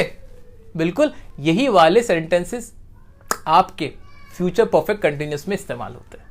जी हाँ, अब इनकी इंग्लिश बनानी है, लेकिन इंग्लिश बनाने में कोई दिक्कत नहीं आएगी। क्यों? अरे सर, हमारे पास है हमारे लॉजिक, हमारे रूल्स, टेक्निक है, हमारे पास एक जानदार सी टेक्निक है। मुझे तो कुछ सोचना ही नहीं है। बना दो। कैसे बनाओगे? फ्यूचर का परफेक्ट कंटिन्यूअस है। परफेक्ट कंटिन्यूअस के लिए कौन सी हेल्पिंग वर्ब आएगी? हेल्पिंग वर्ब लगेगी वही आपकी will have been, shall have been. कोई दिक्कत नहीं, तो विल हैव बीन, बल्कि विल शैल लिख दो सिर्फ, हैव बीन तो कॉमन ही है, हैव बीन तो इन सब में ही आ जाएगा। और अब ये बताओ वर्ब की कौन सी फॉर्म आएगी? मेन वर्ब की फॉर्म वही वाली आईएनजी। काम चल रहा है, धक धक करने लगा दिल, ये यहां पे हार्ट बीट, ये कह रहा मुझे यहां लगा दो, ये कह रहा मुझे यहां लगा दो, लगा देंगे भाई, लगा देंगे, कोई दिक्कत नहीं है। ये हमारा क्या है, कंटिन्यूटी को दिखा रहा है, इसलिए हम लगा देंगे यहां पे मेन वर्ब की फर्स्ट फॉर्म प्लस आईएनजी। अब बनाते हैं इसका स्ट्रक्चर, जरा देखो, बहुत लंबा सा स्ट्रक्चर है, घबराने की जरूरत नहीं है, आप खुद बनाओगे। स्ट्रक्चर दिखने में लग रहा है, लेकिन सिर्फ आप और मैं जानते हैं कि इसके पीछे की कहानी है क्या असल में। अरे सब्जेक्ट रखा, हेल्पिंग वर्ब रखी, विल शैल हैव बीन सबके साथ आ गई, आएगा ही, कोई दिक्कत नहीं। मेनू की फर्स्ट फॉर्म आईएनजी लगाई, लगा दी, उसके बाद ऑब्जेक्ट और वही सिंस फोर, वही जो अभी प्रेजेंट टेंस में पास्ट टेंस में पढ़ा था ना, present perfect continuous, past perfect continuous, same to same future perfect continuous, सिर्फ टाइम ही तो बदला है। ठीक है, अब इसके कुछ एग्जांपल कराओ ना, करो आप बताओ। वह 2 घंटे से खाना खा रही होगी, बहुत खाना खाती है। इसके सेंटेंस की इंग्लिश क्या बन जाएगी? इसकी बन जाएगी she will have been eating the food for 2 hours. वह 10 साल से पेरिस में रह रहा होगा, तो इसकी क्या इंग्लिश बनेगी? He will have been living in Paris for 10 years. ऐसे ही वह 10 जनवरी से बर्थडे मना रहा होगा, तो इसकी हो जाएगी he will have been celebrating the birthday since 26 January या 10 जनवरी, जो भी तारीख होगी वो आ जाएगी। ठीक है, अच्छा इसके नेगेटिव की तरफ बढ़ते हैं। नेगेटिव में थोड़ा सा ना एक ये चेंज है, इसको देख लेना। क्या कि सब्जेक्ट रखोगे, विल शैल लगा दोगे, अब उसके बीच में नॉट लगाओगे, फिर हैव आएगा, नॉट हैव और फिर बीन, मेन की first form plus ING plus object plus since या फोर। तो हल्का सा इसका स्ट्रक्चरल एक चेंज है, वो आपको देखना है, बाकी कुछ इतना खास के अंदर है नहीं। सेंटेंस बन जाएंगे जैसे मैं 2 दिन से आपको नहीं पढ़ा रहा होऊंगा, बनाओ इसकी इंग्लिश बनेगी I will not have been teaching you for 2 days। ऐसे ही हम 10 दिन से दिल्ली नहीं जा रहे होंगे, will not have been going to Delhi for 10 days। बनाते जाओ, लेकिन सच्ची बताऊं तो मैं तो इस्तेमाल करता नहीं, मुझे नहीं है आदत इतने लंबे लंबे सेंटेंसेस की। हम तो छोटे से आदमी, छोटी सी बात करने वाले लोग, कम में खुश। आ जाओ जी इंटरोगेटिव पे। इंटरोगेटिव में क्या होगा? सब्जेक्ट हेल्पिंग वर्ब आएगी, पहले विल शैल आया, सब्जेक्ट आया, वही हैव बीन आएगा अपना, मेन की first form plus ING plus object plus since या फोर। इसके एग्जाम्पल भी वही होंगे हमारे। क्या तुम 10 साल से दिल्ली में रह रहे होंगे? सेंटेंस तो ऐसे ही बनेगा। इसकी इंग्लिश क्या हो जाएगी? Will you have been living in Delhi for 10 years। और बाकी सेंटेंस आप सर खुद बनाना। डबल इंट्रोगेटिव ना इसका मैंने बताया ना इसका, क्योंकि मुझे अब लग रहा है कि आप इतने इंटेलिजेंट हो चुके हो। मेरा टारगेट, हमारा टारगेट पूरा हो चुका है कि अब आपको टेंस आ चुके हैं। अब तो आप मुझे गलत साबित मत करना। आप मेरे यकीन को, विश्वास को सच्चाई में तब बदलोगे जब मेरे को लगेगा कि हां आपको ये अब समझ में आ चुके हैं और आप खुद से डबल इंट्रोगेटिव सेंटेंस बना के दिखाओगे। तो मैं इस उम्मीद के साथ आपको छोड़ जाता हूं डबल इंट्रोगेटिव के होमवर्क के साथ। मेरे साथ इस वीडियो के में एंड तक बने रहने के लिए आपका बहुत बहुत बहुत बहुत शुक्रिया। तो दोस्तों, ये थी हमारी कोशिश आपको टेंसेस सिखाने की। पूरी एक कंप्लीट वीडियो बनाई हमने आपकी डिमांड पर। इसमें बहुत हमारी मेहनत लगी, बहुत ज्यादा मेहनत लगी। और जी हाँ, आप जानते नहीं है हमने इसमें कितने एफर्ट्स करके आपके लिए इसे कंपाइल किया है। और किसी तरह हमारी ये कोशिश है कि अब आपके अंदर ये चेंज आ जाए, अब आपका एक नजरिया बदल जाए, आपकी लाइफ चेंज हो जाए ये वीडियो देखने के बाद। अब आपको भी कंजूसी नहीं करनी है। वीडियो को प्लीज शेयर करें, लाइक और कमेंट करें, जो भी आप कहना चाहते हो। आपका फीडबैक हमारे लिए बहुत इंपॉर्टेंट होता है। अच्छा, दूसरी बात, अभी आपको एक होमवर्क दिया जा रहा है।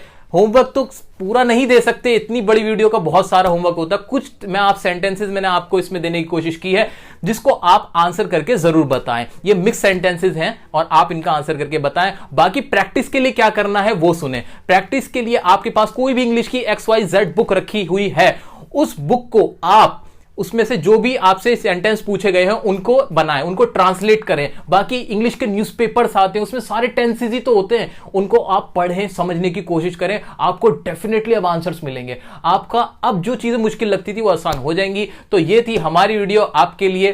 Thank you.